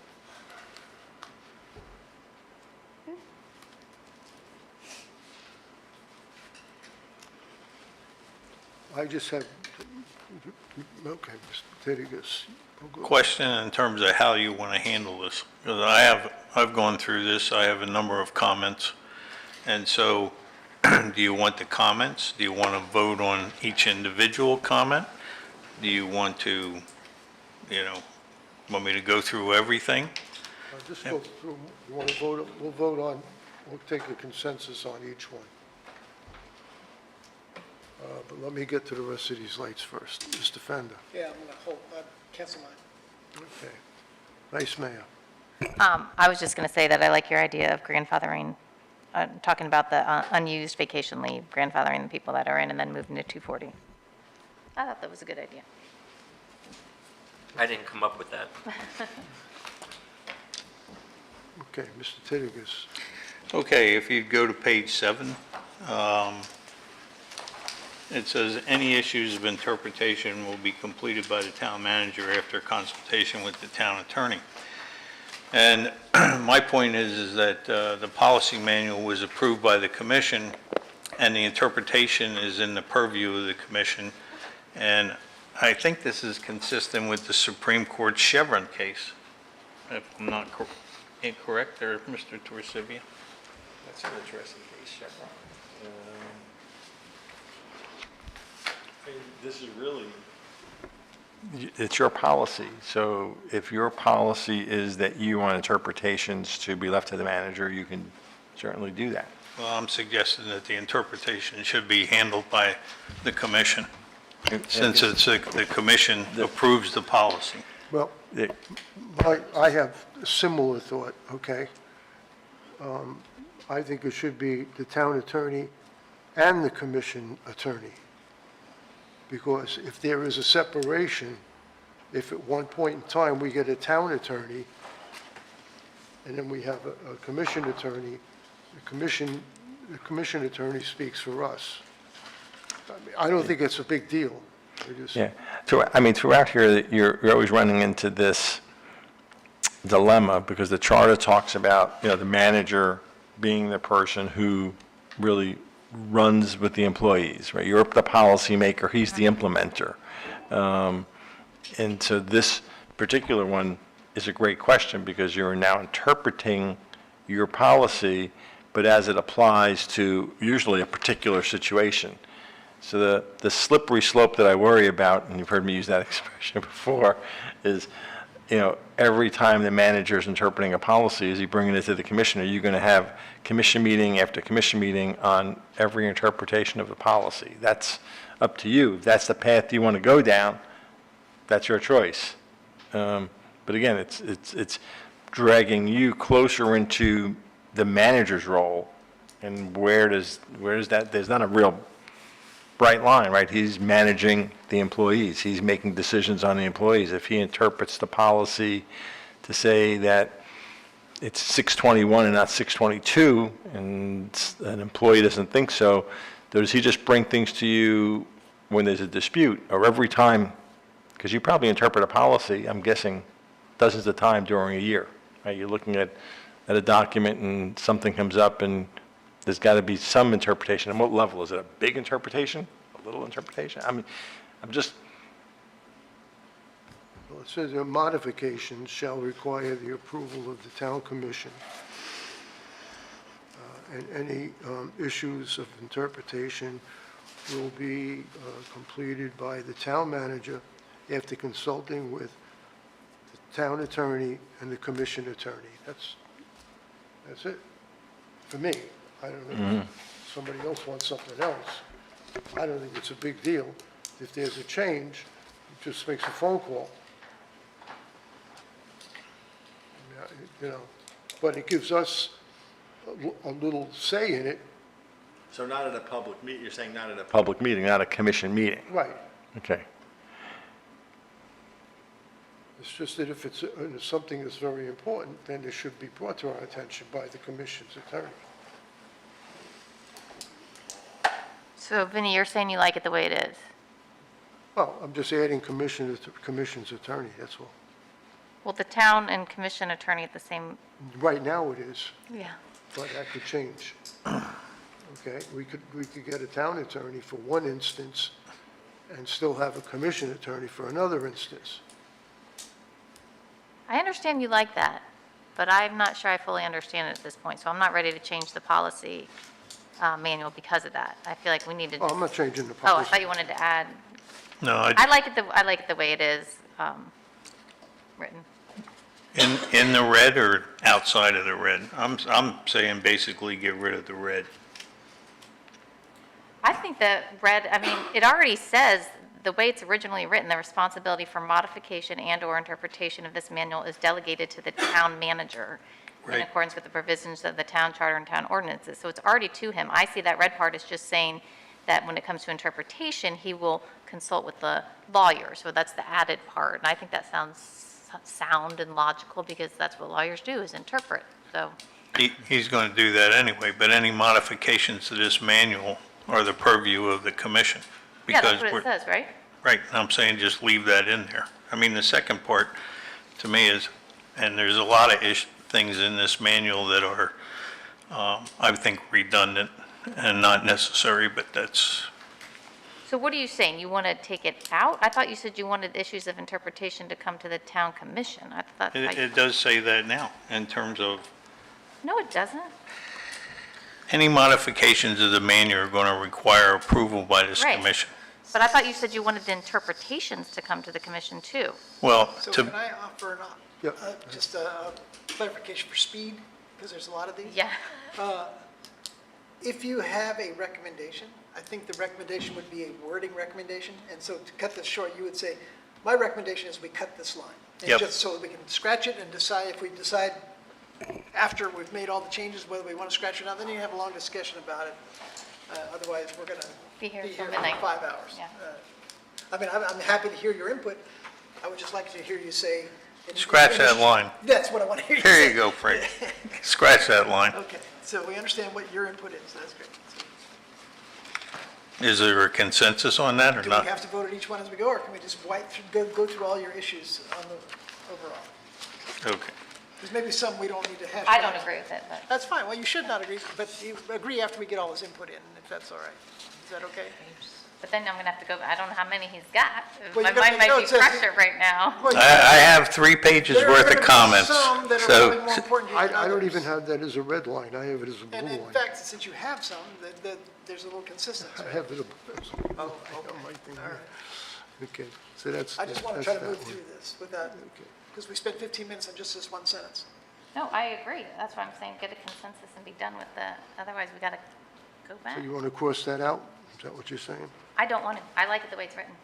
That's my vote. Oh, okay, so you like the red. I like the red. It makes it better for, I think it's better. So we're going to take a motion on each change? So could it go town attorney / commission attorney? I like. I move that we strike the line. Any issues of interpretation be completed by town manager after consultation with the town attorney. Is there a second? Okay. Then it dies for a lack of a So second. that's the Mr. process. too. Mr. Let's keep moving. Kurzman? So let's keep going. Okay. Page 8. Okay. The last sentence under administration. Violations should be investigated by appropriate department directors as assigned by the town manager. And I'm asking for explain how this works. You don't have a wording change. No, I'm just asking Bob, how does this work? I mean, somebody has a violation, what happens? Well, it depends on what the violation is. So, but it's, again, I could, if it's something that's more of a criminal nature and it involves a non-law enforcement, I could have the chief look at, or an outside agency look at. I could have, a building official or HR look at issues. So it just all depends what that is. And I think it's well within the charter of what, that responsibility is charged with me to make sure that I investigate the complaints. Okay, that's all. I just wanted an explanation of how this is going to get handled. And then I'm on page 9. If you've got to put somebody on probation for 12 months, it seems like I wonder whether they ought to be here. I mean, that's a long period of time. I just want a wording change. You just want a wording change? I don't want to discuss it that much. 6 months. I think doesn't that read like that's just what it's called when you're starting? This is up to a Well, year. it says up to a year, it doesn't Yeah, mean. it doesn't mean that It means you something- could get 6 months. Right. No, but like, when he's saying back on probation, meaning like, all employees must successfully complete a probationary period of 12 months from the date of hire completion of training. That's just kind of a training period? No. If they- This is if they've I know you're committed a thinking- I know you're violation. thinking I know you're talking about the last sentence, but the phrase back on probation, is that Right, probation? probation is normally when they start. Yeah, And they go so- through the learning process and so forth. But if there's a training deficiency, say, that caused a violation, I usually like to give them an opportunity to show that they've resolved their issue. And by putting them on probation, you pay a little bit more attention to that particular employee for a period of time. It might start out being 3 months, but, I'm okay with 6 months, if that's it. I just want to make sure that it's here somewhere that I So can they have do a that. disciplinary action based on maybe a lack of training, you determine that was the cause, so you put them back on probation for up to a year to make sure they can redeem Or, themselves. right, or a judgment issue Right. maybe that, Okay. they need to learn from. Again, it's just I'm trying to utilize, measures to improve performance. Okay. So it's up to a year. I move that we change it to 6 months. I think 12 months is a long time for somebody to be walking on eggshells. Do we have a second on that? I don't care. Guys, for lack of a second. Lack of a second, it just stays the way it is. 6 months is up to a year. That's not. Yeah, I'll say it's up to leave a it- year. Leave it as it is. 'cause At the bottom of page 9, the change here is employees who work more than 20 hours a week but less than 40 on a continuous basis, who will receive benefits on a pro rata basis. Right now, we don't give benefits to part-time employees. I suggest that we keep it that way as opposed to extending benefits. Explain to me how health benefits are going to get pro rata. So we're going to scratch the last line. Mr. Mayor, just, No, Mr. Cursor, there you go. yeah, the only reason I would see that happening if the Amendment 3 gets voted in, and right now we have full-time employees that would have to maybe go to part-time, and they shouldn't have to lose all the benefits. And we'll have plenty of time, Commissioner Kurzman, to address that if Amendment 3 should pass. Well, it's, More than. I don't, What is it, okay, let's, what does it usually cost us, the finance director? I'm speaking to you as the finance director now. So our benefits are based on, it's an age-based benefit thing. We do have an employee that I would really like to retain. With that being said, she would like to work less than 40 hours a week. I would hate to lose that. My suggestion, and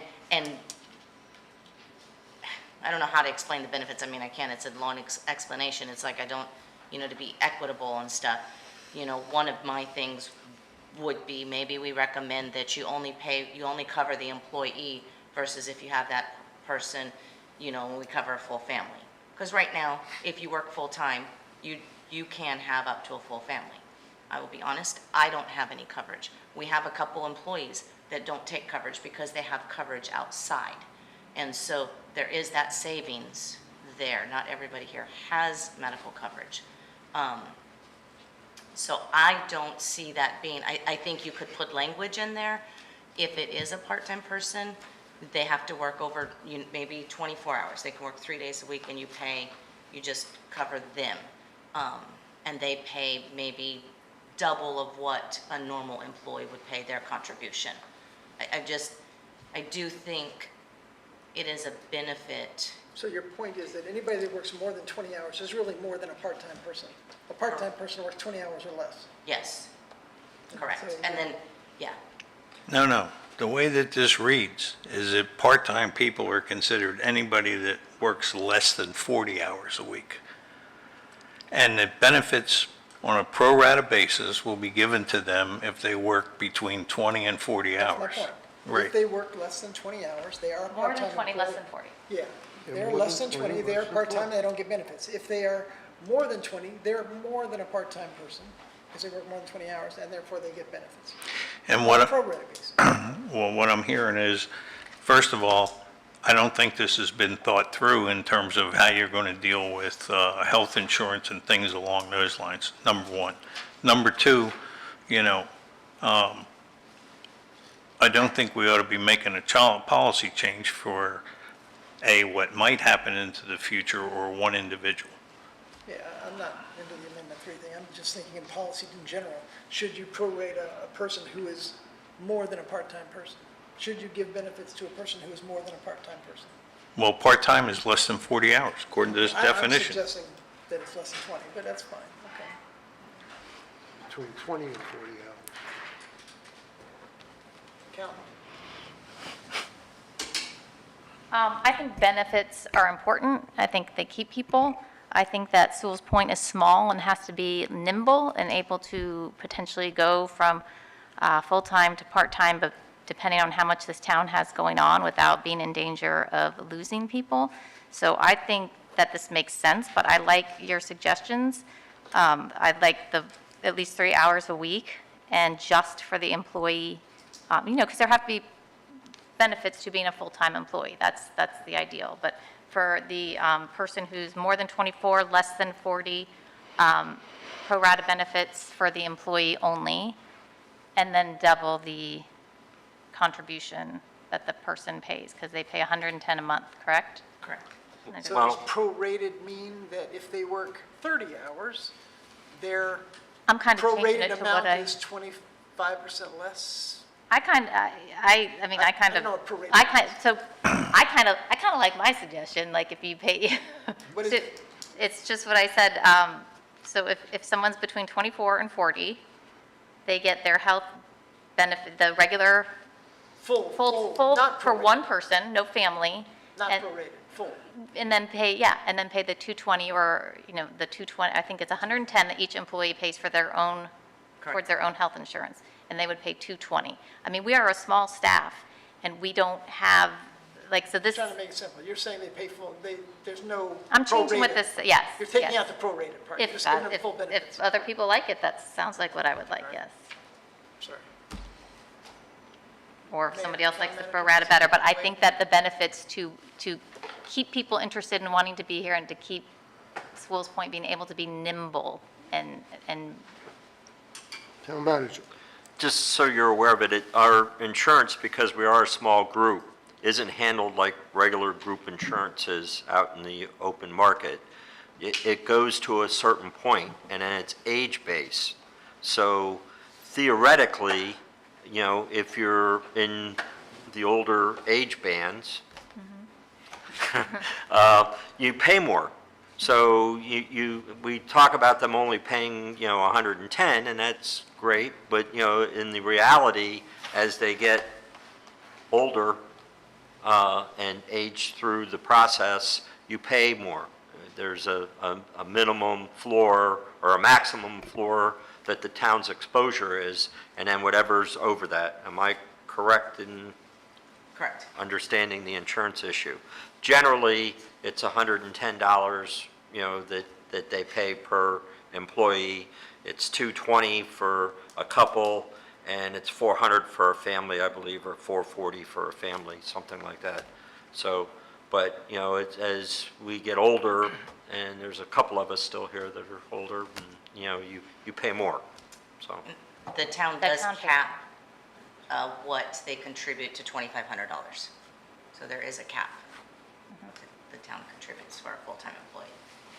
Anyhow, I just wanted to share that with you. It's not just that one amount for, depending on the age The of one, the employee. which one, what one amount, I mean, I know it's different The costs for 110, Yeah, right. that's just the portion Right. that the employee pays towards the open, and then the town pays the rest. Yeah. Up to 20, 2,500. right. Would you like to make a motion with your wording? Assuming that the staff does not see any flaws in that or something I'm missing, because you guys do this on a day-to-day basis, I would make a motion that employees who work more than 24 hours a week but less than 40 hours per week on a continuous basis throughout the year. These employees will receive, I'm getting detailed about health insurance, so I might need someone else to write it for me. But the thing I said, they get Full benefit. full benefits for the employee itself, and a $220 contribution instead of the 110. So we're putting actual figures in here. I don't know if that's the best way to do it. That's what I'm, Yeah, I'm not sure about the figures. or we would have to change it on our, Standard benefits that everybody else gets? yes, well, the 100, I think the part that's not standard is the full, it's never been done for the part-time per se, so Well, it's I'm probably just not saying written down. for the ease of your wording, these employees will receive standard benefits like other salaried employees, period. No, but they won't, because they're not getting benefits for their whole family offered. It would only be for okay. themselves, It'd just be individual. yes.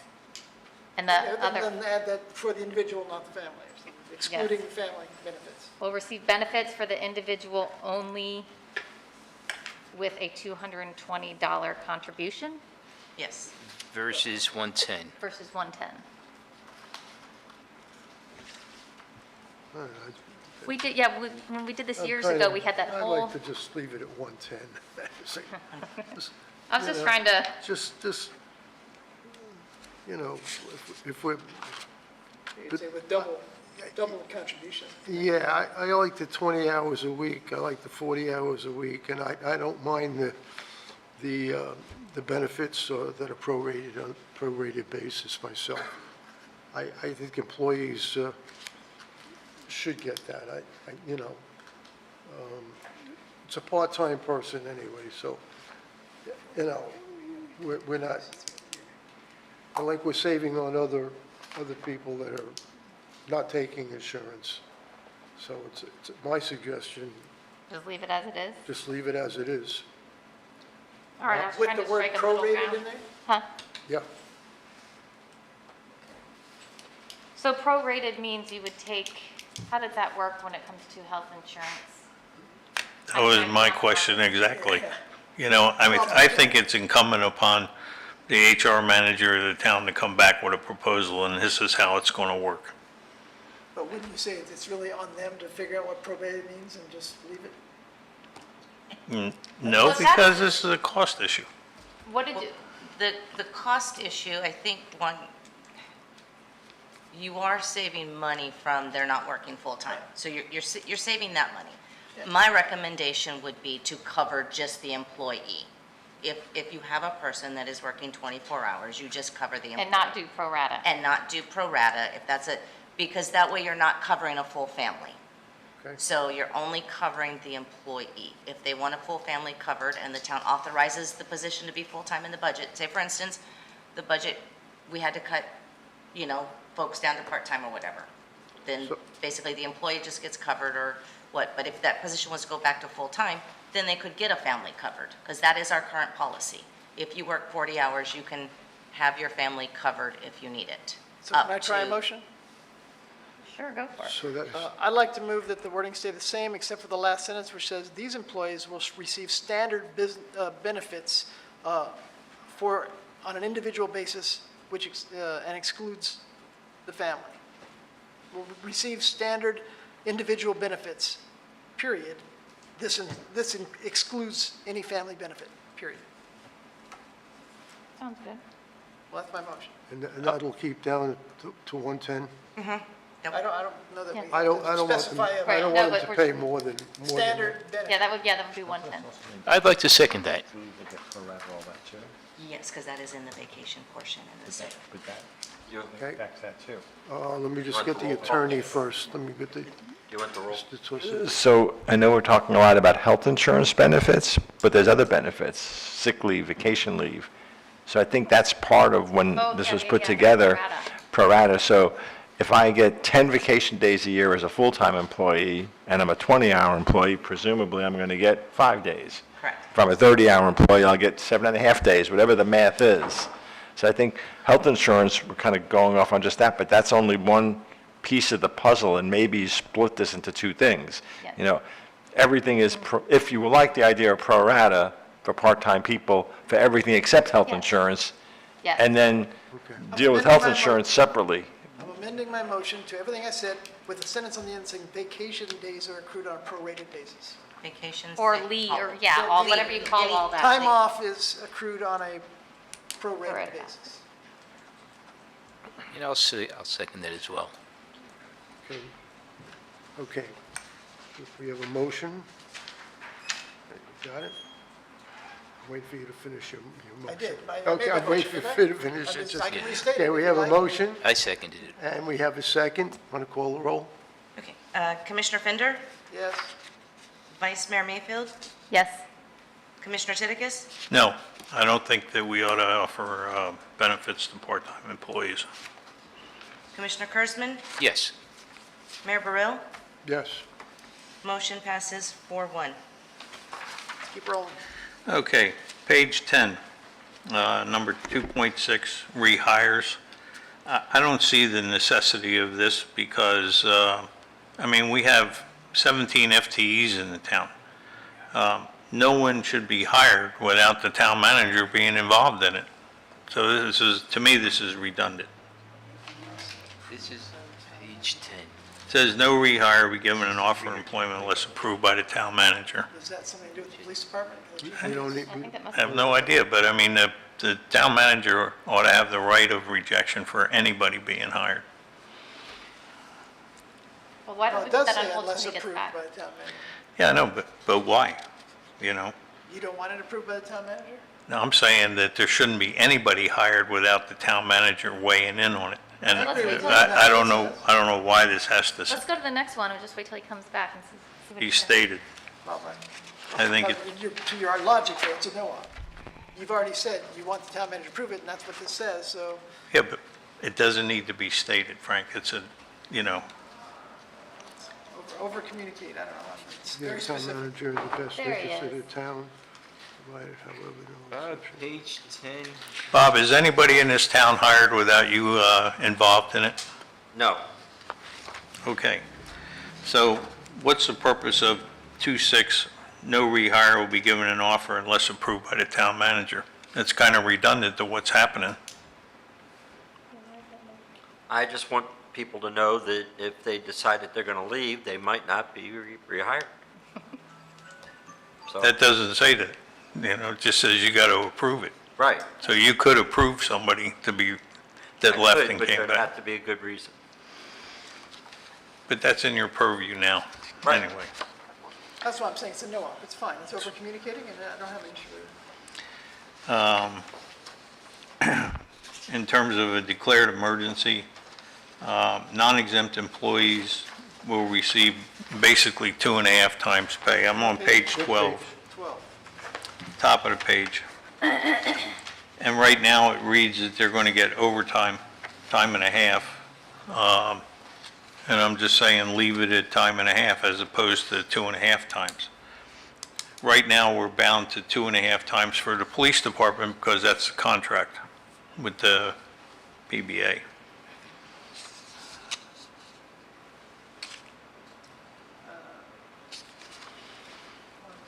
1.5 times. That's what it says, right? It's basic, Time and a half. it's their pay plus time and a half. It's double time and a half. They'll pay at the overtime rate of 1.5 times. If I can explain the rationale behind this, some civilian employees, Jeff is one of them that's a non-exempt employee, and he's required to be here during a storm. He's essential personnel. So Jeff would not qualify for administrative leave, because if we close, once we have a declared emergency, we close town hall. And the folks we send home still get paid, because we want them to remain employed with us, but they still get paid. Jeff, and I don't mean to, use an example, but it's a perfect example.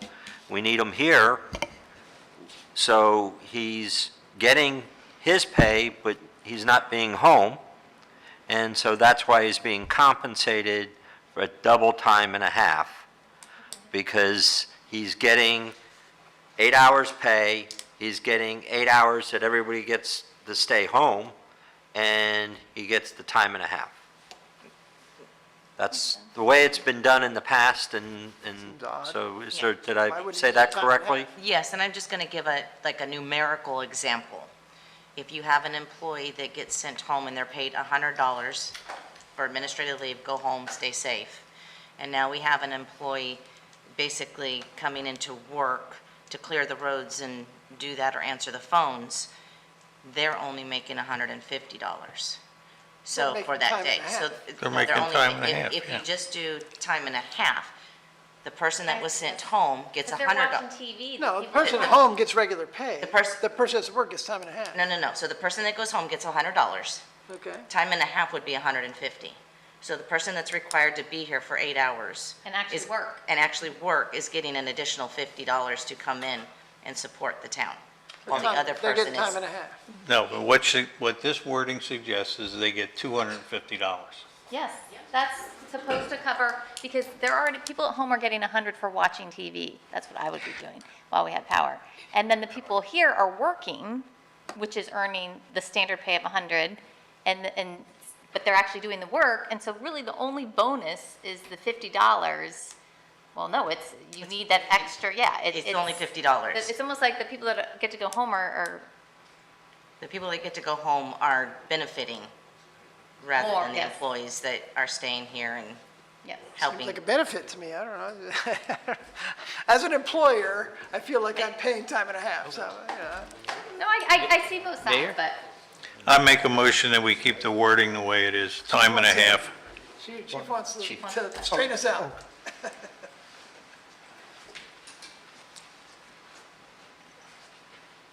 So the first thing I want to mention is double time and a half is absolutely positively standard across all the municipalities and counties. Okay. Second part is it's reimbursed by FEMA. And as long as it's in your policy, it gets reimbursed by FEMA. Sold. Okay?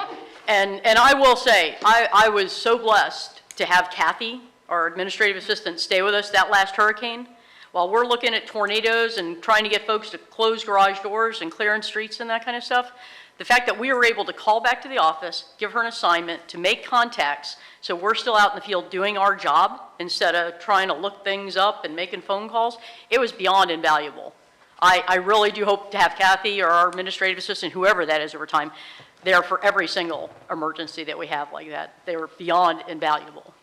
Well, I feel like I can argue this much stridently because your trigger finger seems to be, Second injury goes, Yes. yeah, it's a holdup. between It's a new thumb and gun. Second finger. It's, my choices were purple, lime green, or pink. Just- all I know is you can't shoot me, so. But again, it is standard, and it's completely reimbursable. Yeah, no, understood. So do we have a motion just to save that, the way it is? You don't have to have a motion to say You don't that. have to? Okay, good. You have a motion to change it, if Just- somebody wants to do that. Pass it right along. Let's go. What's Next next? thing. Let's see. I'm on page 15. And at paragraph 3.7, this says, "The town manager may reclassify in a position to appropriate classification and pay grade when it's determined duties and responsibilities have materially changed." And I'd like to point out that this is counter to the manual section 2.2, where it says the commission assigns the pay grades. It just needs, the conflict needs to be rectified. Which one? Go to 2.2 on page, where the hell is it? Page 9. All positions of the town established through the budget each fiscal year within established new positions must be approved by the town commission. Recommendation, boom, boom, boom. New positions shall be appointed only after the position has been evaluated, classified, and assigned to a pay grade by the town commission. So reclassification 3.7 is counter to what's in 2.2. Something needs to be changed. Do you have a recommendation of what needs to be changed? I suggest that it stay the way it is under 2.2. So, And how do we do that? We remove, I would need to ask Glenn, even though he's just reading it, but the 2.2 talks about the establishment of an actual position. When I'm quickly reading this, and I didn't really read it before because it didn't have the red, the town manager may reclassify to an appropriate classification and pay grade when it is determined that the duties and responsibilities of the position have materially changed or as part of a reorganization. It doesn't say anything about a new position. It almost sounds like a shifting of positions. So I'm not sure it's a total conflict because the 2.2 is specifically about creating a new one. And 3.7 sounds like a shifting, but it's just referring to pay grades and what was the other word I said? Classification. It doesn't say new classification. So that's why I would ask Glenn if he took a look. 3.7 is, I mean, if it's on the spot. 3.7 has been in there, so the 2.2 change, I'm not sure what the change, in 2.2, the only real change is within the department fund, so that is a little bit of a restriction, and then employees hired to fill, and you potentially hired only after, so I'm not sure I'm seeing the conflict. I'm struggling, help me out. Basically, the commission approves the budget every year. That budget has the number of FTEs and the classification of those FTEs. And then 3.6 or 3.7 basically says the town manager can reclassify a position. All I'm saying is, under 2.2, he's got to come back to the commission and say, I'm changing this position to this, and this is the reason why. And I think that that ought to be the way that it occurs. Let me ask Mariah a question. If you reclassify a position, do you also do a budget transfer to match up? not necessarily. So the positions, the number of positions are approved by the commission during the budget cycle. So like this budget we went through, we have 17 positions. So the FTEs remain the same. Right. But if I need to reclassify a position within there and I have money within the budget, I don't need to come back and get an allocation in the budget. But I think under the charter, I have the right to run the organization, the personnel that are Right. here, and if I feel that it's more appropriate to have a town clerk versus a finance director. I think the key thing you said is within the budget, as long as it's within the budget. You know, but if the reclassification is beyond the budget, then you would need a budget transfer. That would go to the commission. Correct. So an example would be, and I think the difference is in the 2.2 versus the reclassification one, is if the town manager felt we needed a stormwater position. that would then need to come to the commission. Because it'd be a new It would position. be a new Right. position. He's requesting to create a new position. Yeah, as long as it's within the budget, I don't see the conflict. But if it's out beyond the budget, then it has to come back to you. Right. Because it's not in the budget. So where's the conflict you see? So I don't, Outside the budget? yeah. I see the conflict in terms of, if there's I mean, a, specifically in the wording. I don't know. in the wording, it's may reclassify in a position to an appropriate classification and pay grade, okay? And what's the wording you would suggest? I'm suggesting that, that if a position is materially changed as part of a reorganization, it needs to come back to the commission, because they assign the pay grade. The pay grades are part of the budget process. They're already there. So you want to change the word town manager in the first line to the commission. Is that your proposal? No, I'm saying town manager may reclassify a position to an appropriate classification and pay grade, okay? But if the position is materially changed or it's part of a reorganization, he brings it back to the commission under 2.2. Which is about the new, I'm just arguing, I mean, if you want to bring it back for like another time, like to think about, but that's a change of, one is a new position, one is a reorg Again. inside positions and. Well, pay grades. we're going through the manual, so I think everything is fair game in this I case. haven't That's really why I'm thought, yeah, asking but I for haven't wording. really thought Yeah. about it, because it wasn't a change that was noted before, so I haven't, and I mean, I guess I've thought about it. I don't see the purpose necessarily, because it makes sense the way it is, so I like it the way it is. Unless you can specify a specific wording sentence, I have nothing to vote on. Town manager. I just basically wanted to say the same thing. It talks about the employee having a new pay grade. It doesn't mean that we're creating a new pay grade. I might be moving that employee from pay grade 38 to pay grade 39, or move them to 25. I think I have that flexibility, and You can just make as long as I'm modifications within the if you want budget, Within the budget, yeah. and I'm within my FTEs. I know the issue came up once before when we were talking about part-times. I can't just employ a part-time employee, because that's 0.5 of an FTE. If I increase my FTEs, I have to come back before this commission, and you have to authorize And it. I would further state, if he did that, and it struck ire in any one of us, that would be detrimental to his position, so I don't think he would do something as drastic as you might be suggesting he would do without at least socializing it a little bit, I'm not suggesting there's any nefarious thing underfoot here. I'm just saying that I thought when I read through this that there was a contract or a conflict between position control 2.2 and the reclassification.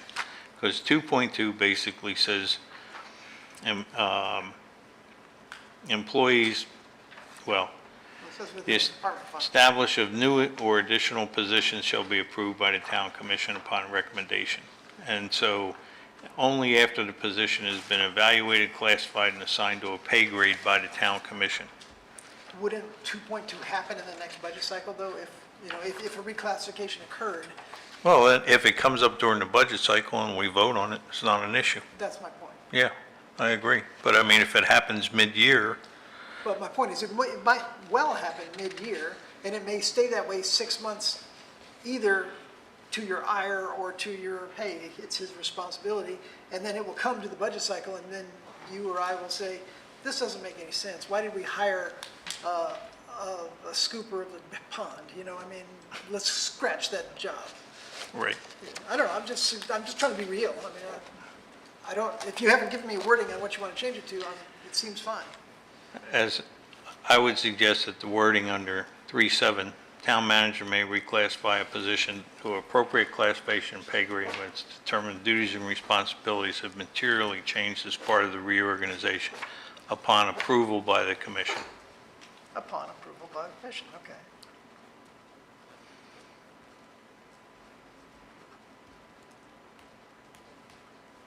I can vote on it, thank you. Is there a second?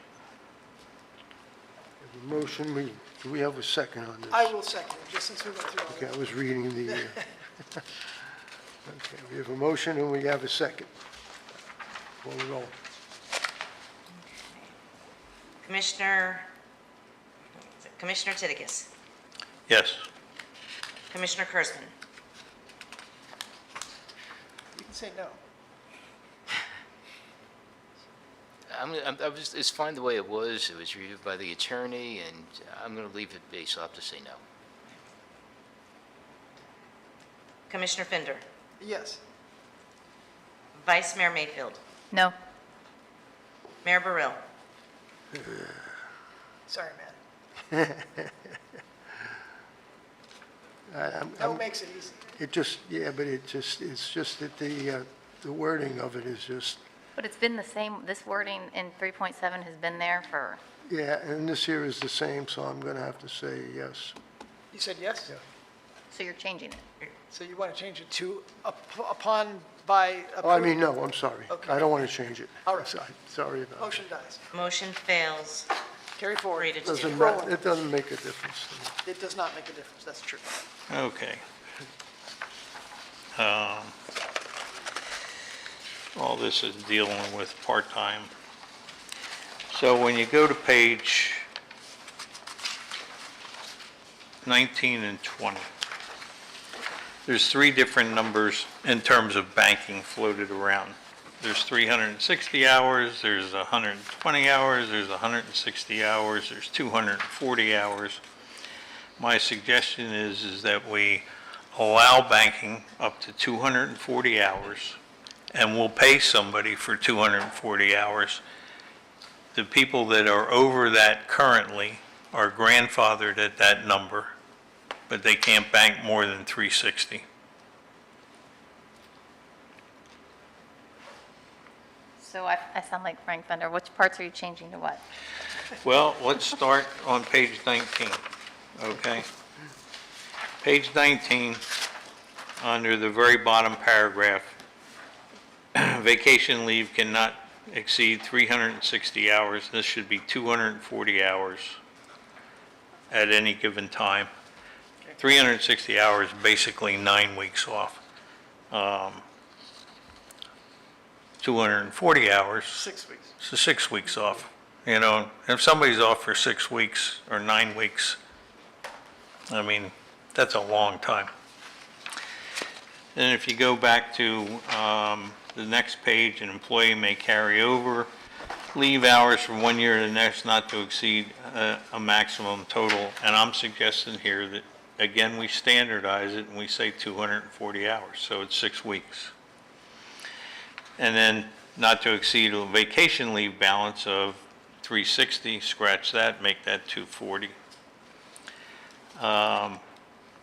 And then if you go down to payment for unused time, it says it's been changed to 240. I suggest we leave that in there, but we put in a caveat that current employees that are over this threshold shall be grandfathered in at the 360-hour level. How many people does that affect, Mariah? I believe 2. Okay.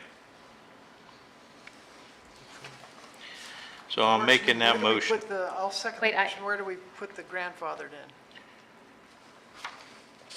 I don't understand. Make it 5.7. No, my point is, I don't, 5.7. 5.7. I was thinking about something else when you went through your, I got the last part. I agree with it. I said that before. Run through the first ones again. I apologize for having my mind thinking of something else. Everywhere you see a number, make sure it says 240. Right. Well, there's a lot of, are you talking, so I thought Everywhere it, you see a 360, Page 19, the bottom paragraph.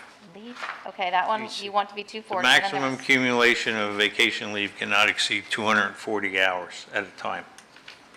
And then the next one was, And then the 5.2. next one is, if you go to the next page and you go to the, actually the third paragraph down, change the 160 to 240. Not to exceed a vacation leave balance of 360, change that to 240. Then when you go down to 5.6, it says 240, leave it at 240, and add a 5.7, the current employees yeah, at 360 shall be grandfathered in.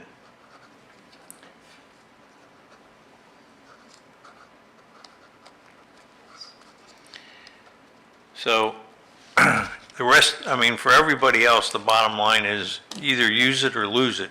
And you want people to take their vacation. I mean, you know, you don't want somebody that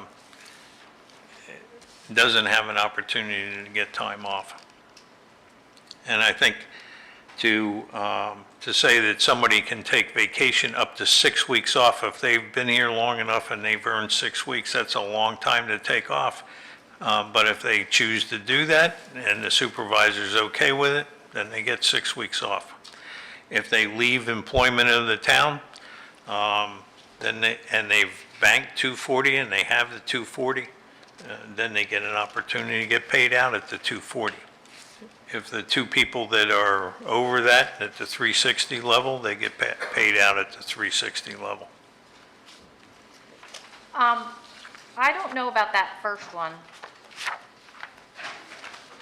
You know, people, you know, I'm stating the obvious, but you earn your vacation, and the fact that, you know, you're not taking it, you don't want to border on penalizing people for, you know, not taking their vacation, because a lot of times I think people we're a small town, are helping out by coming in maybe when they, you know, would have taken time off. So this first one, when it says vacation leave hours will be accrued proportionately throughout the year, each pay period, the maximum accumulation of vacation leave cannot exceed 6 weeks, essentially, 240 hours at any time. I don't think that's fair, because that's like at any given time, nobody can have more than 6 weeks vacation. That doesn't mean they're all going to take it, but it gives them the chance to maneuver it, and, you know, they earned it, and kind of take it as they see fit. Yeah, I have a problem with people taking it as they see fit, but you're saying that you're okay with them having 9 weeks. That's 360 hours is 9 weeks off. In the real world, you use it or lose it. I mean, I can't mind it, the But no, annual allocation. I'm just saying that you're saying that at any time, any employee can never have accumulated at one moment more than 6 weeks. Because that is more than a year of accumulated time, right? At the end of a year, you've accumulated a year of vacation. But should you have also taken say your you're allowed to carry it over. But this gives them to a the, certain time, for a certain amount of time. I'm Not just indefinite. giving you my opinion. No, I know. I think that's a little bit strict, because you work, you earn it. All I'm just telling you is that there was a huge blow-up about 2-3 years ago in the paper where they went to every municipality and put pictures of them on the front page of the amount of vacation time they'd accrued, and it was ridiculously like hundreds of thousands of dollars. And it But made, the real issue is I don't- if you are going to leave, which we put to 240, because you're saying they accrued it, well, they haven't even taken it yet. At that and point, then the that's my point. organization is ahead of the When game. they leave, No, they don't. It's an accrued liability, yeah, it is a Kaya.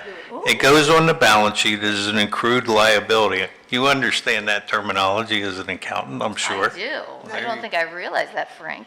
I'm just saying, I don't think you want to penalize people. And I know that with some of our people, they're not taking vacation to help the town.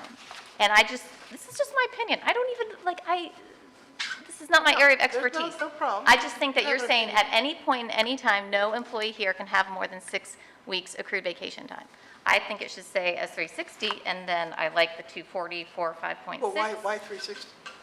Because, I mean, what's the magic about 360 versus 240?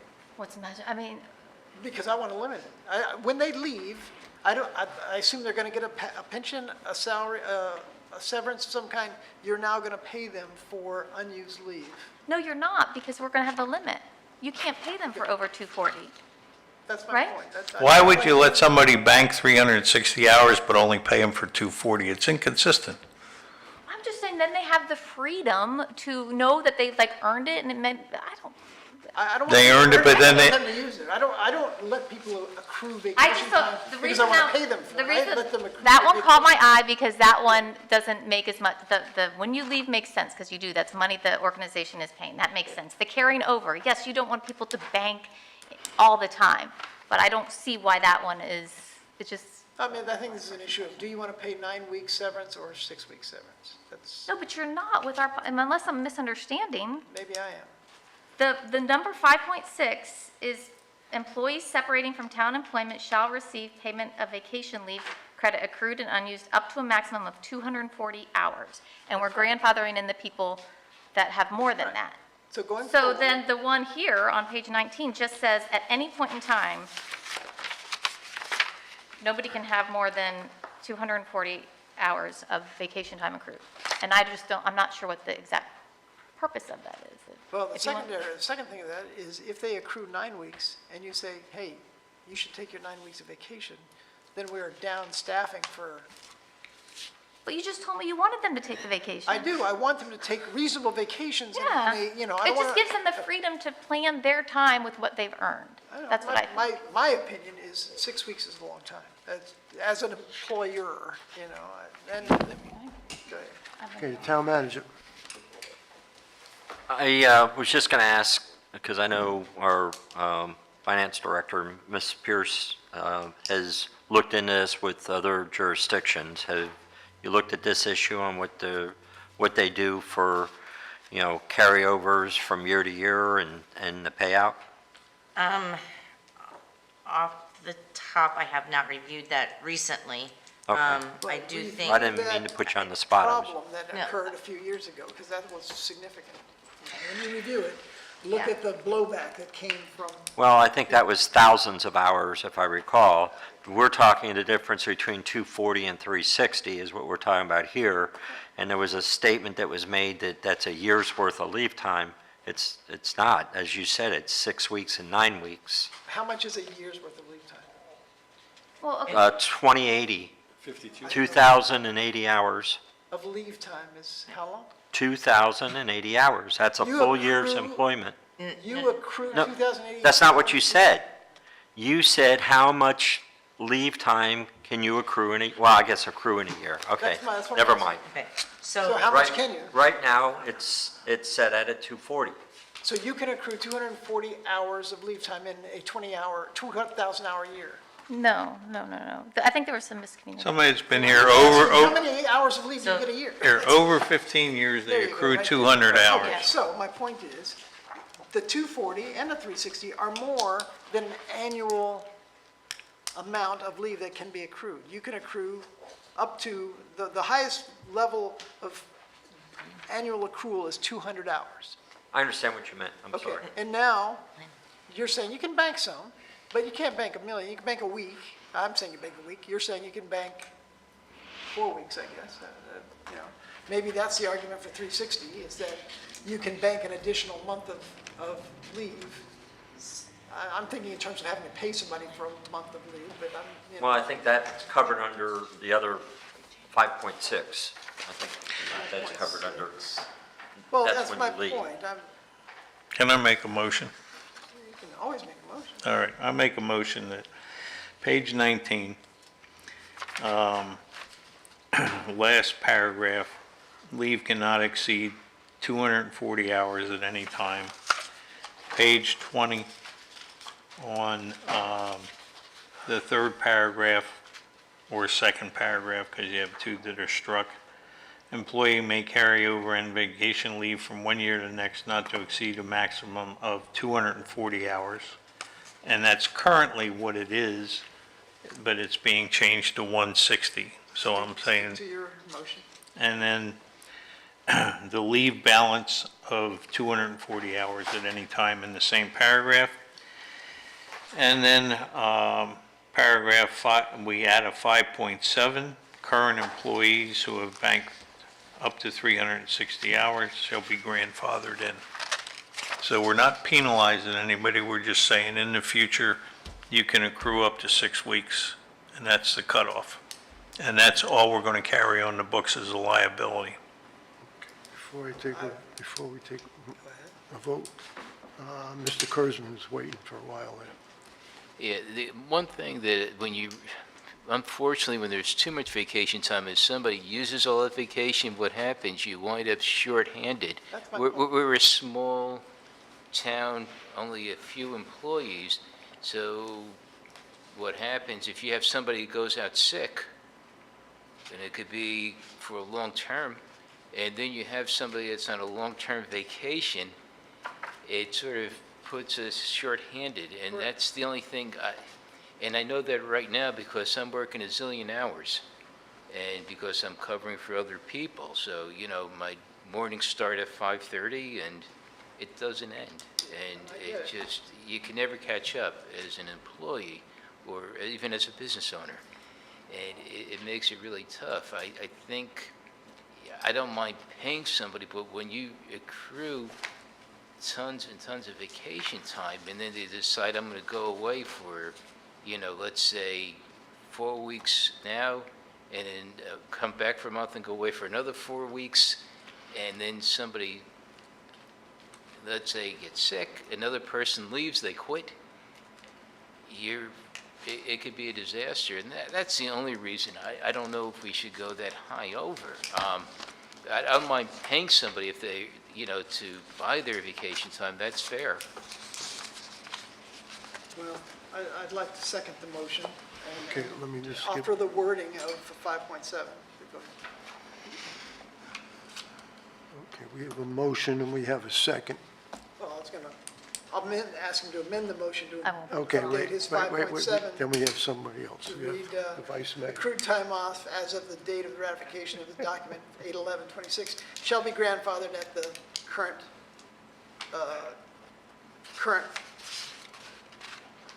amount contained, current, I can't read my own writing, at the level currently attained, period, that's what I said. So I'll read that again, 5.7. Can I go? Accrued time off as of the date of ratification of this document, 8/11/2026, shall be grandfathered at the level currently attained, period.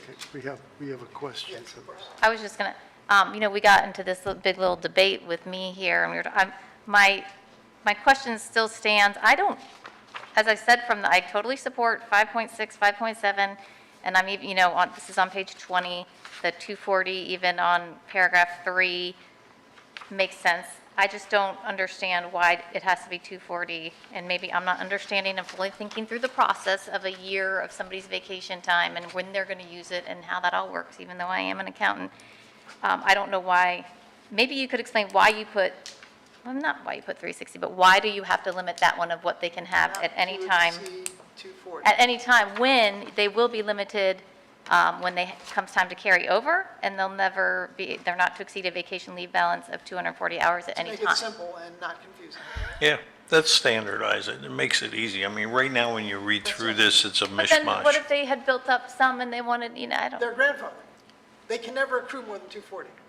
no, you're missing, are we not on the same? It's a matter of, let's say, a buyout. Once you, And three yeah. people, let's say 2 or 3 people retire at the same time, and they all have 9 weeks vacation time. Maybe I'm misunderstanding. So- I assume anytime any employee leaves Sewell's Point, they would only be paid for up to 240 hours.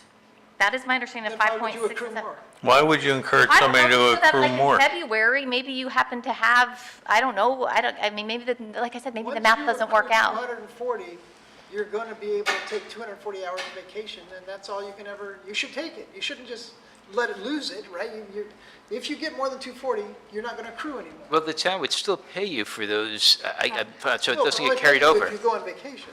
Yes, We're not but going to pay you if you don't go on vacation. Or they'll pay you if you leave.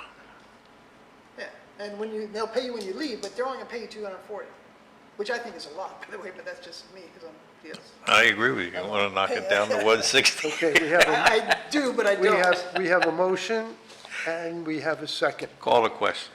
Okay, let's call the roll. Okay. Commissioner Fender? Yeah. Commissioner Titicus? Yes. Commissioner Kursman? yes. Vice Mayor Mayfield? No. Oh, thank you. Mayor Burrell? Yes. Motion passes. Okay. Moving right along.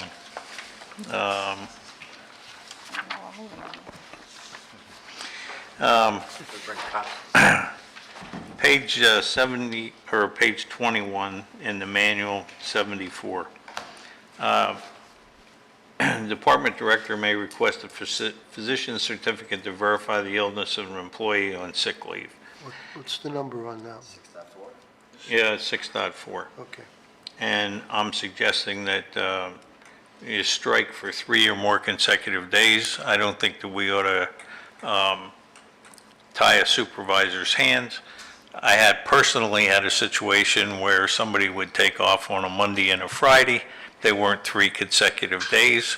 And if I was bound under this wording, I would not be able to ask them to bring in a doctor's note. And so I think, this has to be left to the discretion of the supervisor. And if there's a pattern that develops, they ought to be able to say, hey, I want to see a doctor's note. So you want to put a period after the word sick leave? Yeah, I want to leave it the way it is and take out for 3 consecutive days, for 3 or more consecutive days. I don't want to tie a supervisor's hands. So moved. Second. Okay, we have a motion and a second. Call the roll. Vice Mayor Mayfield? Sorry, I was thinking about it. No. Commissioner Titicus? Yes. Commissioner Fender? Yes. Commissioner Kurzman? Yes. Mayor Burrell? Yes. Motion passes. Okay. And if you'd go to page 25. Number 3, following provisions apply to leave without pay issues. It says that if you're on a leave of absence and you want to come, you're ready to come back, it currently reads that you have to contact the department director for 2 hours or 2 weeks in advance. I'm asking the town manager, what's the magic between 2 and 4? What happens in the other 2 weeks? Why do we need 4 weeks for somebody to say, hey, I'm better and I'm ready to come back? I don't know, that wasn't my change, so I think that was one of the ones that got changed from the prior. It showed up, but we couldn't prove where it came from. So if you want to keep it at 2 weeks, I think we're fine at 2 weeks. I'll make a motion to keep it at 2 weeks. Second. Okay, we have a motion and we have a second.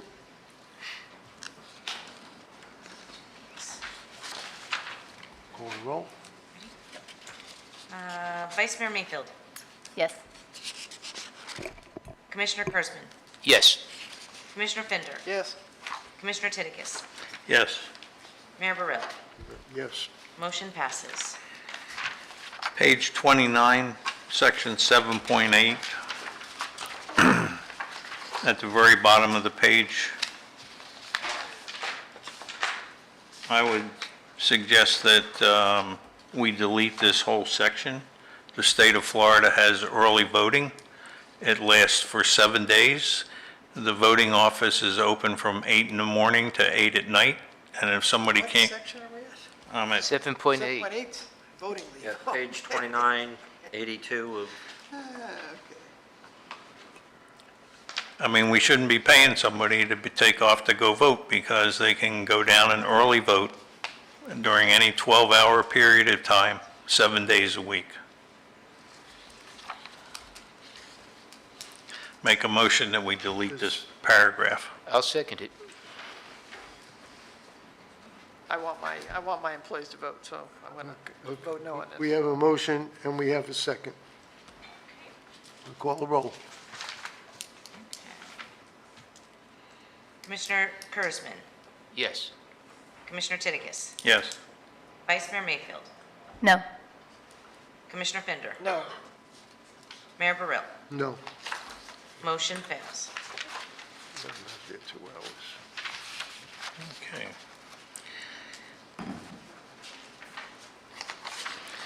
Let's see.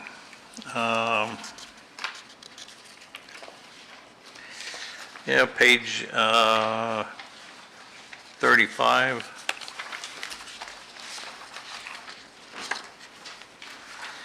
I think this is basically redundant to where it says the town manager is responsible for establishing testing procedures. The testing procedures are already outlined in this manual.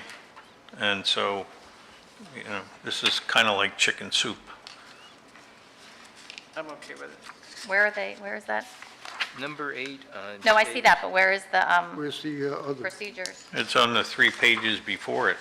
Okay. You know, it says policy statement, definitions, types of testing required. It lays it out pretty succinctly in terms of what somebody has to do. I mean, you can leave it in there, it doesn't mean anything where you Is can there a take it reason out. that was put in there specifically? I don't know, but, you know, I don't have a problem with not having it in. I think under the charter, if it involves the employees, I have the right to institute whatever we need to institute, so. We have a motion. We have a second? We have a second? Call the- I'll second it. Oh, we got one now.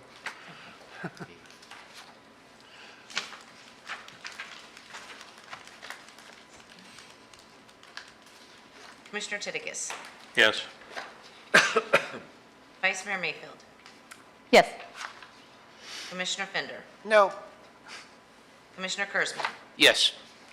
Mayor Burrill. Yes. Motion passes. so we're striking it? yeah. And then, yeah, where the hell is it? Bear with me here for a second. Page 41 or 94 in our book. 10.7. We have a small workforce, got 17 people. I think that the town manager should conduct the exit interviews.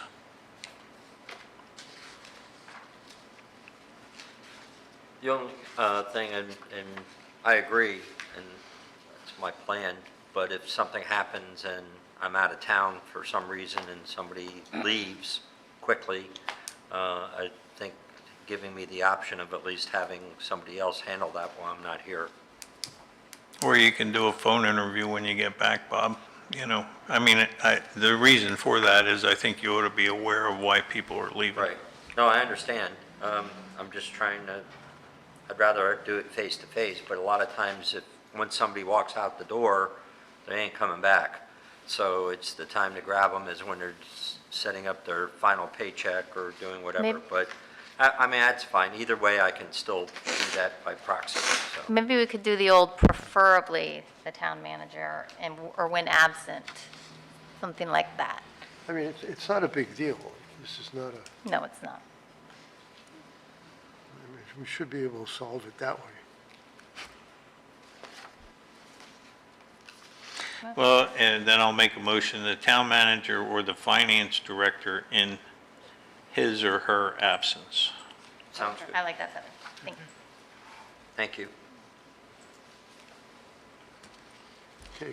We have Is there a motion. second? Second. Second, okay. We have a motion, we have a second. Call the roll. Commissioner Kurzman. Yes. Commissioner Titicus. Yes. Commissioner Fender. Yes, Vice Mayor Mayfield. Yes. Mayor Burrill. Yes. Motion passes. Okay, I'm on page 48. And number 4 in red, and I'm going to ask our town attorney, are commissioners considered to be representatives of the town? A yes or no will suffice. Representative of the town. Yes, if you're acting in your role as a commissioner. If you're a regular citizen, having dinner with your wife, then no. But if you're, at a public event and you're saying, I'm here on behalf of the town, yes, then you're a representative of the town. Okay, so in essence, this section 4 then, commissioners would become subject to section 4. Causing a disturbance, rude or discourteous to public or fellow employees, causing a disturbance, failure to report a violation, insubordination, failure to report any involvement in criminal investigation, failure to disclose any arrests, and theft of town property or misappropriation or fraud. And I just think, earlier, Mr. Daniels said that volunteers should be struck. I also think representative of the town should be struck. We aren't employees, we are volunteers. Yeah. I'm confused now. You're on number 4, right? Yeah, Yeah. I'm on number 4, Mayor. conduct unbecoming of an employee of the town. And I'm saying Town manager. delete representative or volunteer.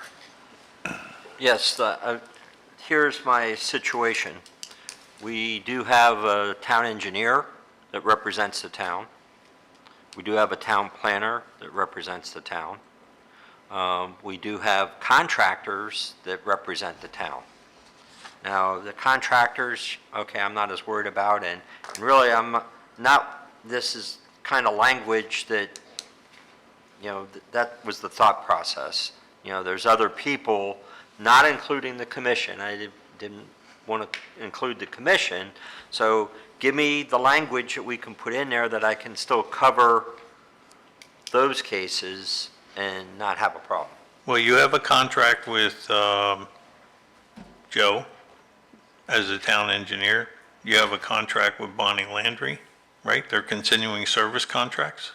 Yes or no? We have a contract. I don't think Bonnie Landry is a continuing service agreement, but we do have a contract. That's correct. So why not say conduct any employee or contractor to the town? Okay. I'll make a motion to add the word commissioner to it.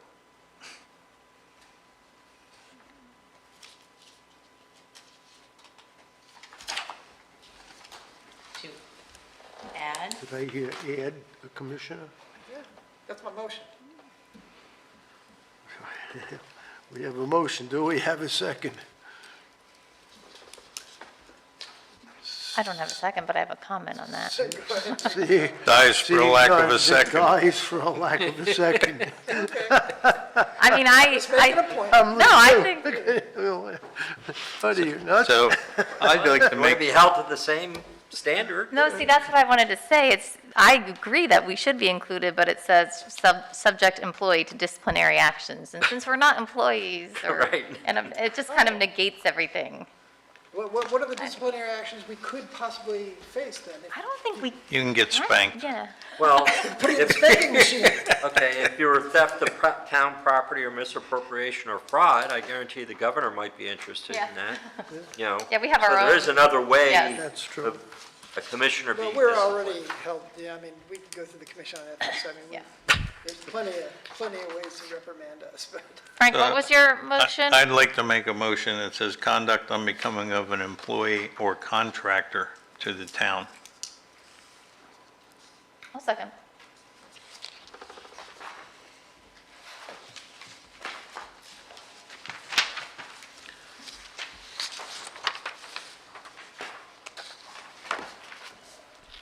Okay, we have a motion. Do we have a second? For real this time? Mine was real. I'm going to vote no on this. Commissioner Fender, No. Vice Mayor Mayfield, Yes. Commissioner Titicus, Yes. Commissioner Kurzman, Yes. Mayor Burrell. Yes. No guts, no Motion glory. passes. That's right. Okay, and the last,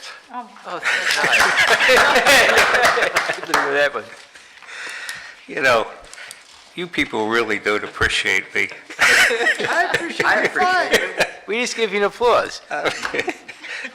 I don't think that was the In a few reason. minutes, we'll have a standing ovation. I don't think that was the reason for the No, we made applause. some good changes in here. Good work. Okay, 13, I'm on page 49.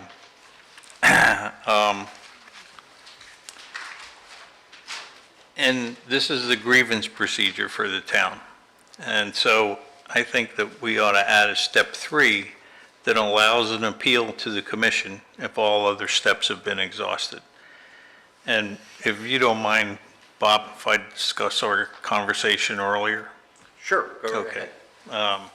I had a conversation with the town manager yesterday, and I asked him how the grievance procedure worked. And so he says, normally, before anybody is given a or sat down and given admonished for some behavior or something that they violated, he's involved in the conversation and as to whether or not it's an appropriate punishment. So you have a situation, the grievance procedure calls for the fact that if you're not happy with the determination of your supervisor, you get to take it to the town manager, who has already weighed in on it and has a pretty good idea of the punishment and the issue. And so I'm saying that there ought to be a further appeal step if somebody wants to take it. If they feel really strongly about it, they can bring it to the commission. Just so I understand, Okay. these are employees, I'm sorry, go ahead. Town attorney. Let me get you first. Two concerns. One, the charter talks about, in section 3, the commission shall not, and it says, appoint or direct the appointment of anybody, but then it says, or in any manner take part in the appointment or removal of employees under the responsibility of the manager. So if you're an appeal body, you're now involved in the potential removal of an employee. If someone's appealing that decision, that bothers me a little bit. What bothers me more is that if there is ever a lawsuit, you now put yourselves in the position that you're going to be defendants. Your actions are going to be questioned. The other lawyer is not going to be just questioning the manager why he terminated Ms. Jones. He's going to be questioning the 5 of you why you voted to support the manager. So I think you're putting yourselves at a lot of risk, and the town at more risk, because, every commissioner might have a different reason. And if I'm the plaintiff's lawyer, I'm going to have a field day with 5 different reasons. So I think that's my bigger concern. The charter, concerned with that, but I'm concerned with liability, that you're putting yourself in a spot where you're subject to the potential lawsuit, not individually, but as members of the commission, and individually have to potentially answer questions why you voted the way you voted. How do you take the town manager out of being the judge and the jury? That's what there's a court for. I mean, at the end of the, at every job, the CEO, right, or the executive director or the town manager is going to make an employment decision, and if that decision is wrong, that employee is going to file. If it's a union person, they're going to file an arbitration, a grievance and an arbitration. If it's a non-union and there's some kind of discrimination, they're going to file a charge with the EEOC. And if it's not in one of those categories, they can have an uphill battle, but you could always just file a, quote, wrongful termination case, which is almost impossible to win in Florida, but you would have a right to go to court. And we've had that. We've had some employees that have filed lawsuits, and the commission isn't being sued. You're not being called as witnesses. You're not on the stand as to why you supported or didn't support the manager. I mean, in a larger organization, usually the appeal process results in somebody who hasn't been involved in the decision. Unfortunately, in a small organization, and I can understand where the town manager is going to be, somebody's going to say, hey, say Mr. Reisinger came to him and said, hey, I have a problem with this employee, and they sit down and talk about it, and Mr. Reisinger says, here's what I think ought to do, and, Bob weighs in and says, yeah, and then the employee comes to Mr. Daniels and says, well, I don't think I've been treated fairly. It's a conundrum. But I'm charged with responsibility of doing the person and actually the discipline, the hiring, the firing, the discipline, but I do go to my department directors and say, what's your recommendation? I ask for a recommendation. And, if I think that there could be favoritism or something along those lines, I might ask for justification. Not saying that that's happened, but it's happened in other organizations. And I'll ask for justifications why you're either being too lenient or too hard. And that's the discussion that I would normally have.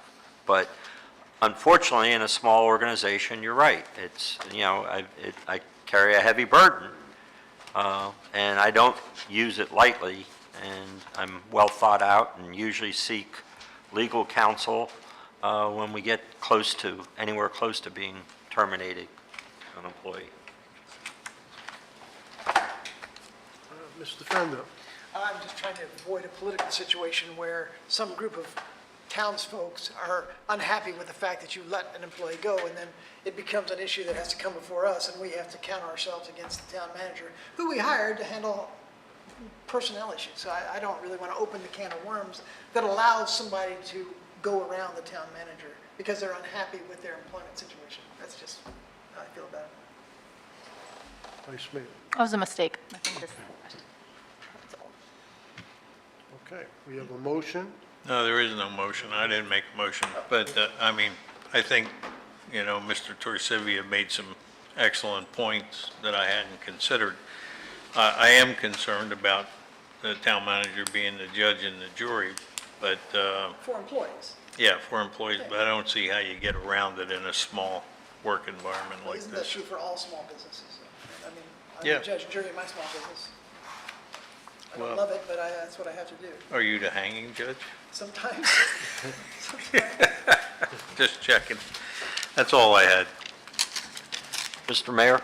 Yes. If I may, just so we've solidified this whole thing and we have on the record that, aside from the points that were brought up and voted on individually, if you can accept a motion from a commissioner that, they approve this manual with those modifications. I'll make a motion that we approve the manual with the modifications we discussed and approved throughout our long discussion today. Okay, we have a motion. Do we have a second? I'll second it. We have a motion and a second. Call the roll. Commissioner Fender, Yes? Vice Mayor Mayfield, Yes. Commissioner Titigus, Yes. Commissioner Kurzman, Yes. Mayor Burrell. Yes. Motion passes. Okay. Never bring this comment? document before me again. All right, we got that. I don't want to Old keep business. everybody here, but, I'm sorry. Mayor, I ahead. apologize. No, no. I was talking over you, I didn't mean to. Are we under discussion, or are we, Yes. okay. Get my mouse working. I just made a couple notes. One, and our town engineer left, but I had a discussion with him over Part 4 for septic to sewer. And him and his engineers looked at what had to be done to supply a gravity system for the 156 connections that are remaining. I thought it was 155, apparently it's 156 in meeting with them. And basically, it would cost $8.6 million to supply the lift stations and the infrastructure for the 156 connections. We did everything that we've done so far for $8.4 million. So it's a lot higher than I think. So. 200K higher? Pardon me? 200K higher? Is that what you're saying? No, it's like, we were figuring roughly 2 million maybe. Oh. But we're not doing, it's got to be a gravity system, so you have to have lift stations. So I haven't discussed anything with the county as yet, just to see where we are. I probably would prefer to wait until after we get through the election cycle and maybe address that at that point in time. The problem is we probably won't be able to get the grant out of this cycle. We might have to get a grant out of another cycle, but I did have on the dais, this is kind of just an opportunity of looking at a survey. But, my understanding is we're going to be looking at a mandatory connection, whether that mandatory connection is in 365 or whether it's when you transfer your deed, we would have to have some type of a mandatory connection. And so I'm going to hold off on spending the money to send out the survey until I have a better handle on what the county's going to require and how much that's going to cost. Mr. Fender. Well, I saw the survey sitting here, and I hadn't seen it before sitting here. I filled out mine, but I have to say that I wasn't comfortable with reading what I read, mainly because I've been here so long, and I went through a lot of tars and featherings before you got here about the word mandatory. So Right. I don't really want to see the word mandatory connection on any document coming from our organization. So I would say, let's change the wording of whatever this is. I mean, but also the survey is kind of weird in that, Well, you know what, I'm sorry. Go ahead, I'm sorry. The problem is the grant paperwork, I believe, has a box on it that requires a mandatory connection. Yes, it doesn't define it, Yeah, so that's why I'm saying, you know, there's They a may not possibility of approve the looking at what funding. our no, definition I of get it, mandatory is, which but means that, you know, it does say mandatory, and I I think that the understand the discussion direction going of the back commission. to I know. after the election and talking to the Martin County is the same iteration we went through the last time we talked to Martin County. We're done with all our connections now. We still have 156 people that are pumping their sewage into their yards. So you want to let them keep doing that and going into the lagoon, or would you like to talk about how our infrastructure can support another 156 connections? And that's the discussion. They'll say, we'll never do it. And we'll say, well, then we'll keep polluting the estuary, you know? Well, I think. Which we're not doing. Let's make We that clear. absolutely are doing. No, let's make that clear. You show me the empirical evidence Late, where let's we're not get doing into it. the whether the septic is. Already, that's long a- before you're here, we nobody's already gonna proved it. Win that I'll one. cover this later.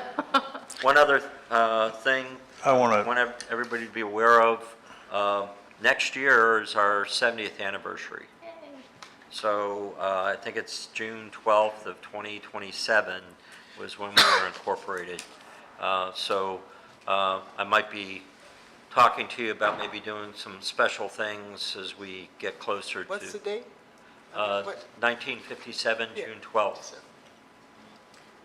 That's 70, 57. So it's 70, it will be in 27 next year.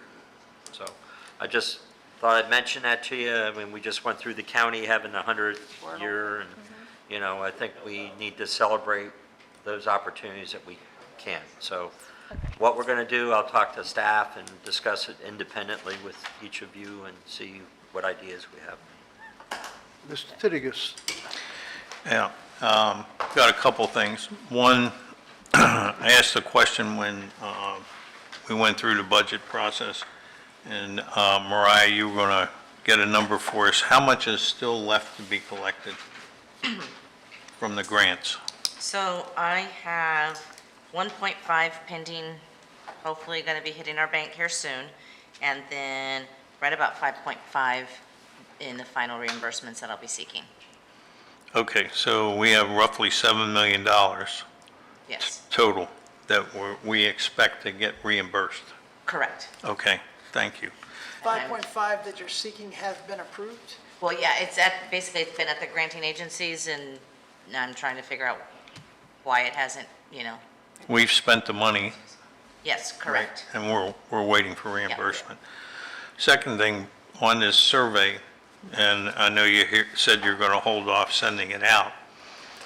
I think it's erroneous, and I disagree with Commissioner Fender that we should strike the word mandatory because, first of all, the grant asked that question, will the connections be mandatory? Secondly, state law currently states that if sewer is available, you have to connect within 365 days of the availability.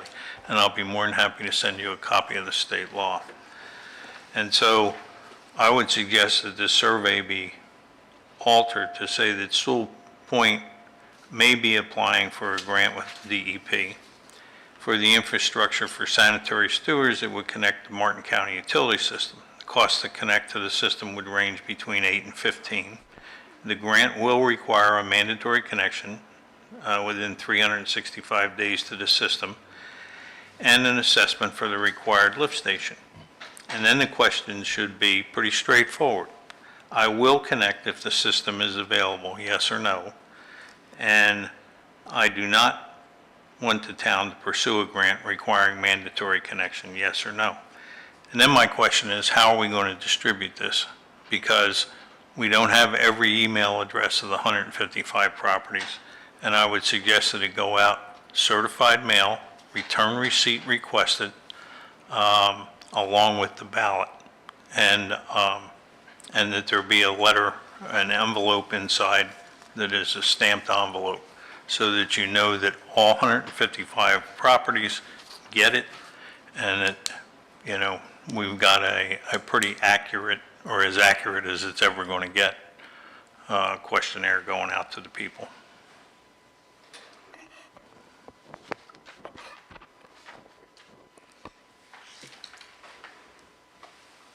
I got Mr. Kurzman. Yeah, a couple of things I want to talk about. One is on Mandalay, catty corner from where Cindy Lucas lives, they're building a house. There's no swale there. The people across the street had to put in a swale, and it's something I want to look, or I want an answer on, why is there no swale going across the street over there when we need to hold water and make sure it goes into the drain? Joe's got to check, I know, with his assistant, but there's no reason in the world. What's going to happen, if it's not here, the town's going to have to pay for it. There needs to be a swale on that property, and it needs to hold a good amount of water. That's where our number one flooding area is, that little area around there. So we can't have this anymore. Any new homes should be put with a swale, especially if there's a drain. There's no reason it shouldn't. And, you know, that's up to the engineer to put it on there.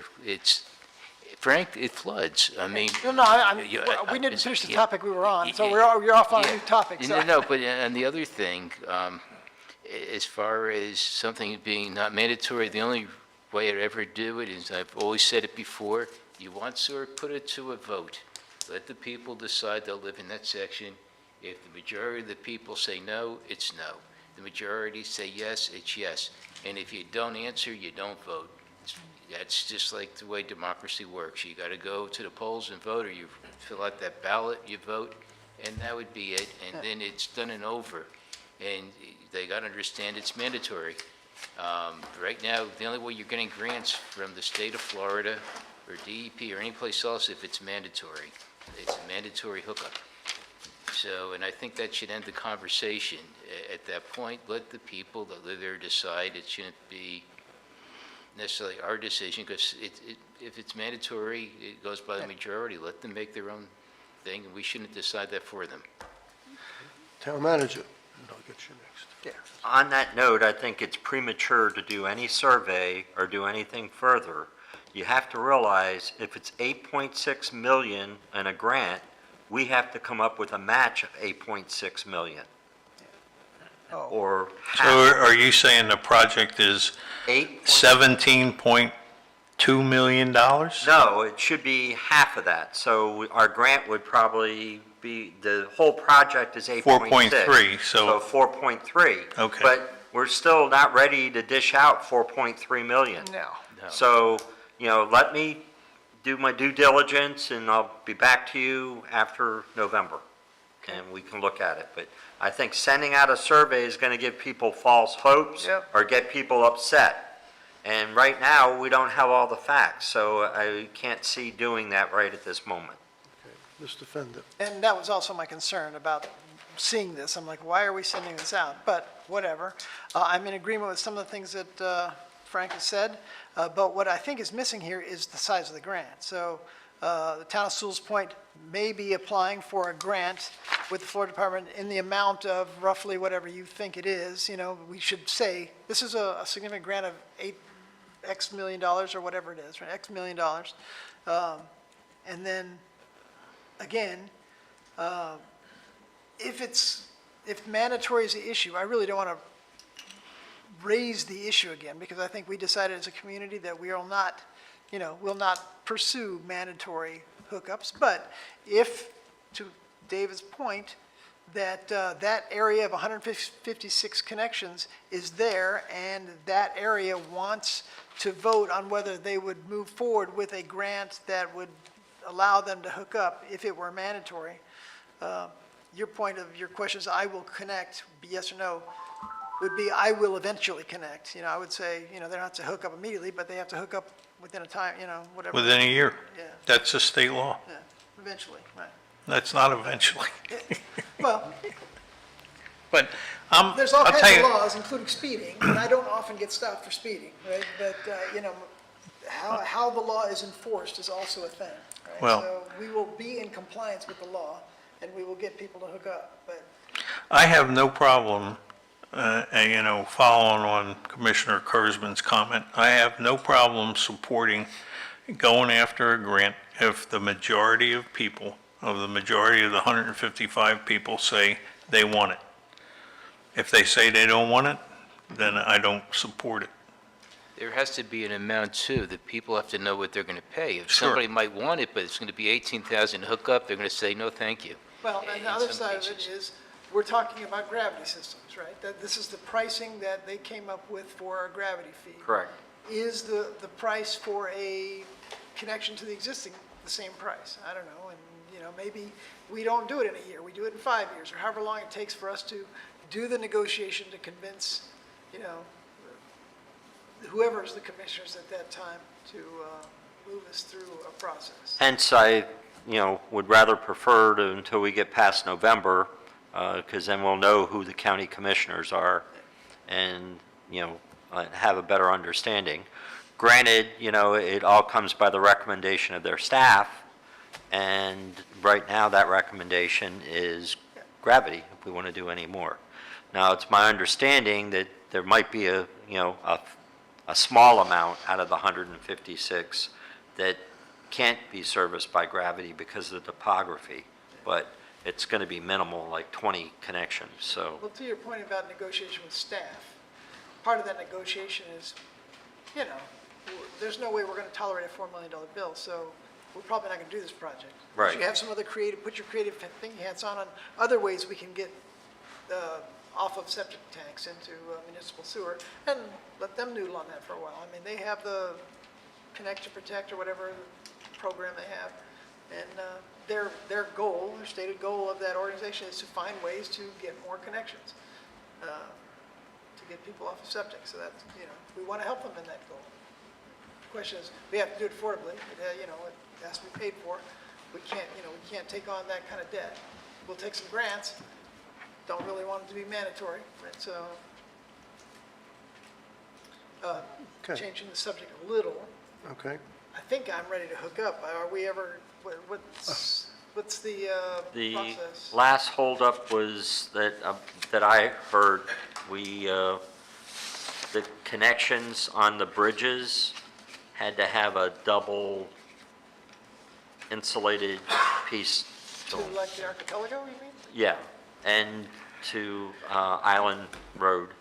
Well, or why Island would that Drive. impact me? So it shouldn't, and that's what they were trying to narrow it out. So Somebody was asking me, and I'm like, I think it's imminent. Somebody just bought a house very nearby me, and they're like, I mean, change my we've septic? turned all the paperwork in, the bill of sale into the county, and that was as of Friday, that was the holdup, but they had a solution on what they were going to do to make it work. Did they give you any So- thought of timeframes roughly? I would say probably 2 weeks, Okay, soon. yes. But I've had other dates from them before, so, Yeah, understood. I'm kinda just trying to hesitant. get a sense. yes. Mr. Titigus. yeah, I heard a rumor, unconfirmed, okay, and I downloaded the county budget and have been going through it. But that the Martin County Utilities was going to raise the connection charge, in the first year. Now it says $7,000. They're going to bump it up by $1,000. So I don't suspect, Frank, that Leo Rapetti's going to be sending any letters out until the county budget is finalized. That's just, Well, we did Yeah, I heard the know same- that I that heard was the their same plan. thing. They were going to add 1,000 to So the you're saying cost. that the connection fee will be 8,000 instead of 7,000? yeah. Yeah. Yeah. No, I mean, 8,000 is around what we've been talking about. I know, you're loaded, it's no problem. No, I'm not. but, Before we It's go, not 10,000. I have to say, I owe Mr. Titigus an apology about the STAs. You're right, because South Florida Water Management uses 3-sided STAs, and they hold 4-sided. We, over here, are going to need a four-sided STA. And the reason for that is because of the tide coming in and out. If we put an STA to clear up, wait, let me finish, to clear up Indy or Lucy, if we have a tide coming in, it's not going to take our water out, because it's like crashing. So, okay, there you go. I asked, I went on and I did some research on this too, after our last conversation. And I asked Mr. Daniels as to whether or not, did we get a permit from SwiftMud when this was originally put in? And he's going to research that. But if we did get a permit from SwiftMud, we can rebuild that the way it was. And it's not a retention pond, it's called a detention pond. And SwiftMud's rules are that if you're going to refurb something that they've previously permitted, there's an expedited process to it. I wonder if, let me think. There should have been a permit Yeah. from SwiftMud and from the town. The town had to issue itself a permit to do it. Yeah, I'm in the process of researching Yeah. that. Yeah.